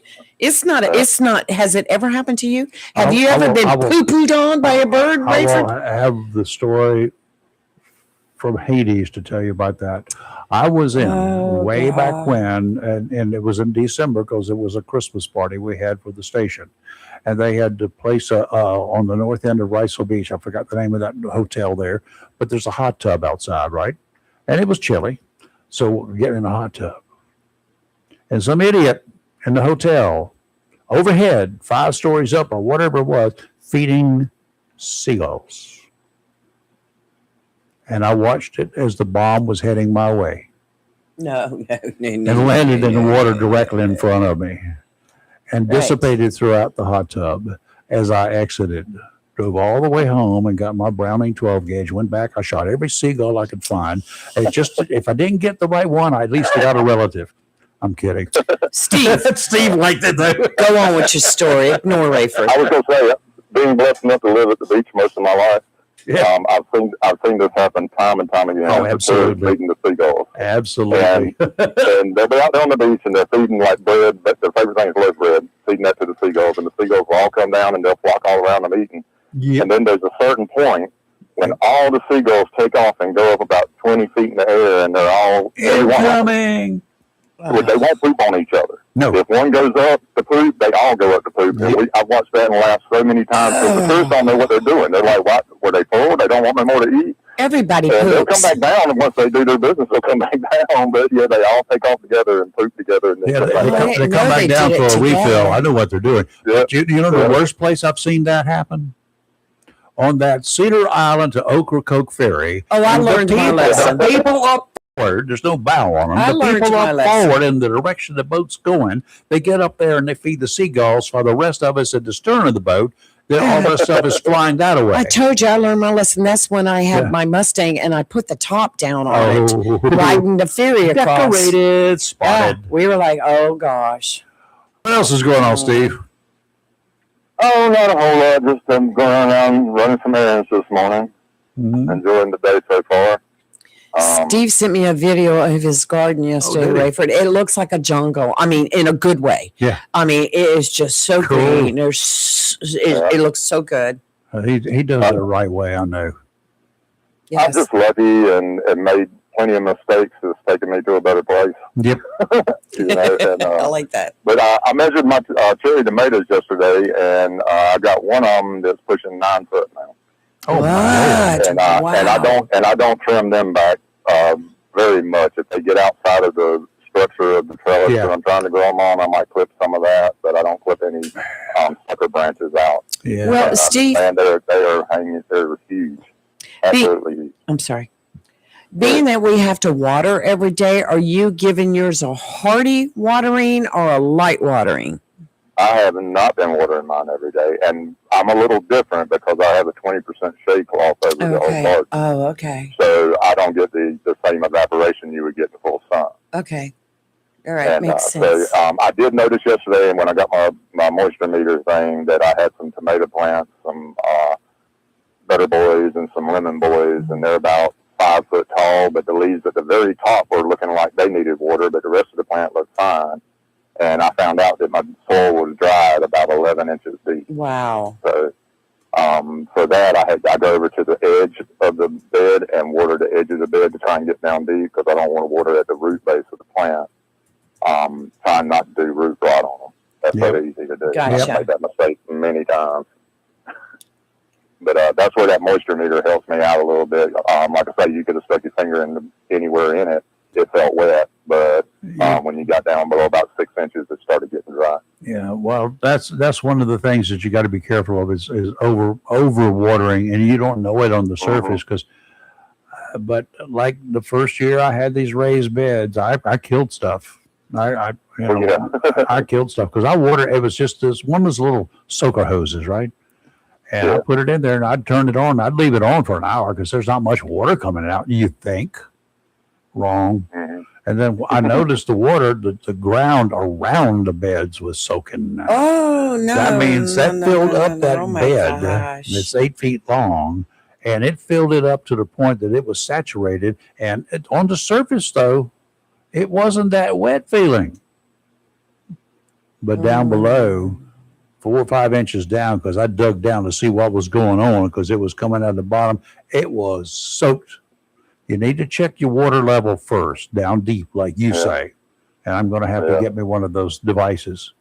I am going to play with a thermometer. I'm going to do a digital thermometer down, especially when I start the greenhouse this year, later in the winter. But they sell those moisture meters pretty much everywhere. All the box stores carry one. Right. I couldn't find one just like I like, but even the expensive one's only like $12. I'm going to eBay. I'll find one. Yeah. But yeah, that definitely is, a lot more information, makes it a little bit easier. Yeah. Hey, on another note, we were talking about yesterday the settlement between the Justice Department. I still haven't figured that one out. I caught a new chapter in it that I didn't catch, I guess, in the first go around. Is that one of the addendums to it is that Trump and his children can never be audited by the IRS ever again for anything they've done in the past or maybe. Oh, Lord of mercy. It ain't gonna fly, man. I mean, it's just too wishful. I think I don't believe it's ever. it's ever going to stick, but that's what they put in there. No, that's kind of out there. Yeah, that's a stretch. I mean, that's an open invitation, an open opportunity. I mean, that's like carte blanche. Oh my God. Don't throw me into that briar patch. Right? Yikes. Said Brer Rabbit. I don't know how anybody could entertain the idea of excusing you for crimes you ain't committed yet. Yeah, well, that was done. I mean, Biden did it with his son, and then Trump wants to do it at this scale. I'm like, holy crap. Why don't you do that to me? That's like telling me you can rob the banks, just don't hurt anybody. Well, duh. I'm going to be a rich dude here shortly. Yeah. I mean, if I was of that kind of a mindset, but yeah. And I heard you earlier this morning talking about how you were tired of hearing that it was going to be over in 2 days, 2 weeks, or whatever. I'm venting a little bit, okay? We said that from the beginning. Hello, right? But it's true. I'm tired of hearing it. Right. Actions speak louder than words. Yes, they all do. the time. Yes, they do. Well, and Trump is a salesman, not necessarily a truth teller. He's always trying to sell you. Yes. And I mean, that's who he is. That's what salesmen do. That's what they do. They always try, even if they ain't got no answer, they act like they do. Yeah, they do. But as far as low prices and everything, Trump did an interview a while back where he pretty much clarified. He said that was, and I quote, "That was all campaign talk. You should have known better." And so, I mean, from the man himself, don't expect much. You won't be disappointed. Yeah, pretty much. Well, I expect to be told the truth. And anytime don't tell me the truth, then you're a liar. I don't care. You'll be a liar until you die. Right. Period. Yeah, I can excuse a lot of faults. A liar breaks trust, and once you break trust, then I mean, if you lie, you'll do anything. If you lie, you will do anything. I'm always going to assume you're lying. You're going to have to prove you're telling the truth. Except when I was working, I was a paid liar. I don't want to have to defend my thoughts or opinions to someone just to prove I'm not lying now. Nope. But I know what you're saying, Steve. Right. Yeah, so a lot of people cross those lines and get confused over, what somebody's opinion versus them trying to say it's fact. And a lot of people try and call their opinion fact when it's not really fact. It's absolutely correct. Everything we say on here is an opinion unless I'm quoting something that I'm reading. A lot of national news media outlets. Mm-hmm. I don't trust any. Anyway. Just wanted to throw that a little bit of fact out there. I still haven't. Possible facts. Yeah, I know. And I appreciate that because I told you I was going to research that. I did not do it last night. I slept. As soon as you said you were going to research it, I didn't want to come to class and not have done my homework. So I pulled it up on the DOJ website and read what they put up. Right. And it was a really nice, fluffy, presentation, but it's the addendums at the end that make it bad. Yes. So, very good. Well, I'll start with the DOJ website first, and then I'm going to try to find that bill. Well, I'm trying to do the personal stuff here, and I spent some time in the vast, wonderful city. I don't know what's going on there, but if all you're doing is fixing the traffic lights at an intersection, and you've got traffic backed up from that intersection, which is on the extreme west end of Swansboro, coming towards Jacksonville, all the way to past the bridge last night at 5:30 when I got there.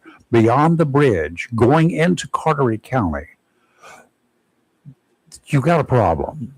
I understand you don't get out and do road repairs during the wintertime because it's doing that to laying asphalt and everything else does not work well when it's really cold. That I get. But it's not much winter around here, so you can do that with not too much problem. But you can even get into closer to the summer. But in a beach community, which Swansboro, I don't care what else you say, it's close enough to the beach that it becomes a beach community. But when you're doing traffic light repairs or reconstruction or redoing them, you don't do them this time of year. The tourist season does not start. Maybe they Or went out. the Maybe tour- they broke. No, they're working on it. The tourist season does not start in this part of the world on Memorial Day. It starts 2 months before, at least 6 weeks before. Here's the part that's funny to me, right? Because they're repaving 24 right now, all down Boucher Carteret, all the way to Moorhead. Yeah. And they do it after sunset. Yes, where they They should don't be start doing after it. sunset. And they're not having any problems with it. Traffic ain't backed up. Yep. But then people who work on them lights will do that like every other week. They will come down here and take Carteret and they will work on them lights on sometimes it's a Friday afternoon. I seen it one day at lunchtime on Friday. They started putting up to work on the lights there at the Bojangles. Yeah. And, Isn't that and it's special? insane, especially this week. Yeah. Yesterday, traffic was backed up all the way over the bridge at 4 o'clock yesterday afternoon. It was at 5:30 when I went there to not put some. Thank God for a couple of motorists who couldn't go anywhere anyway, so they let me across 24 so I could go into the restaurant. Oh no, that was my second trip yesterday. On the first trip, I had to turn around because I got caught in the traffic, drive all the way back down, You know and you're then jump on the Swansboro Belgrade cutoff, You're jinxing wind my way around. because you know I have to It's gonna be travel busy tonight. this weekend, too. Good luck. Yeah. Why don't you start now? Lee's got to go somewhere tonight. Yeah, Lee's got to go somewhere tonight, so she needs to leave He just now. jinxed me. Fill up with gas, get some extra food. I'm going to get I'd halfway down Gumber and it's going to be blocked. pack a cooler. Or I'm going to turn around and go to 258 and it's going to be blocked. even the road, even when I dodged the traffic, the wreck yesterday, going a bypass, going around through Right. the woods and everywhere else, I found the road was closed for a detour, and I had to go find me another road. The road that I used was being used. It was blocked. That's the way it 7/10 always of a happens. mile from where I wanted to Yes. go. I had to go down and find me another route. I did, not a problem. But jeez. What's that song? The road goes on forever, and the party never ends. And round and round she goes. Where she stopped, who the heck knows?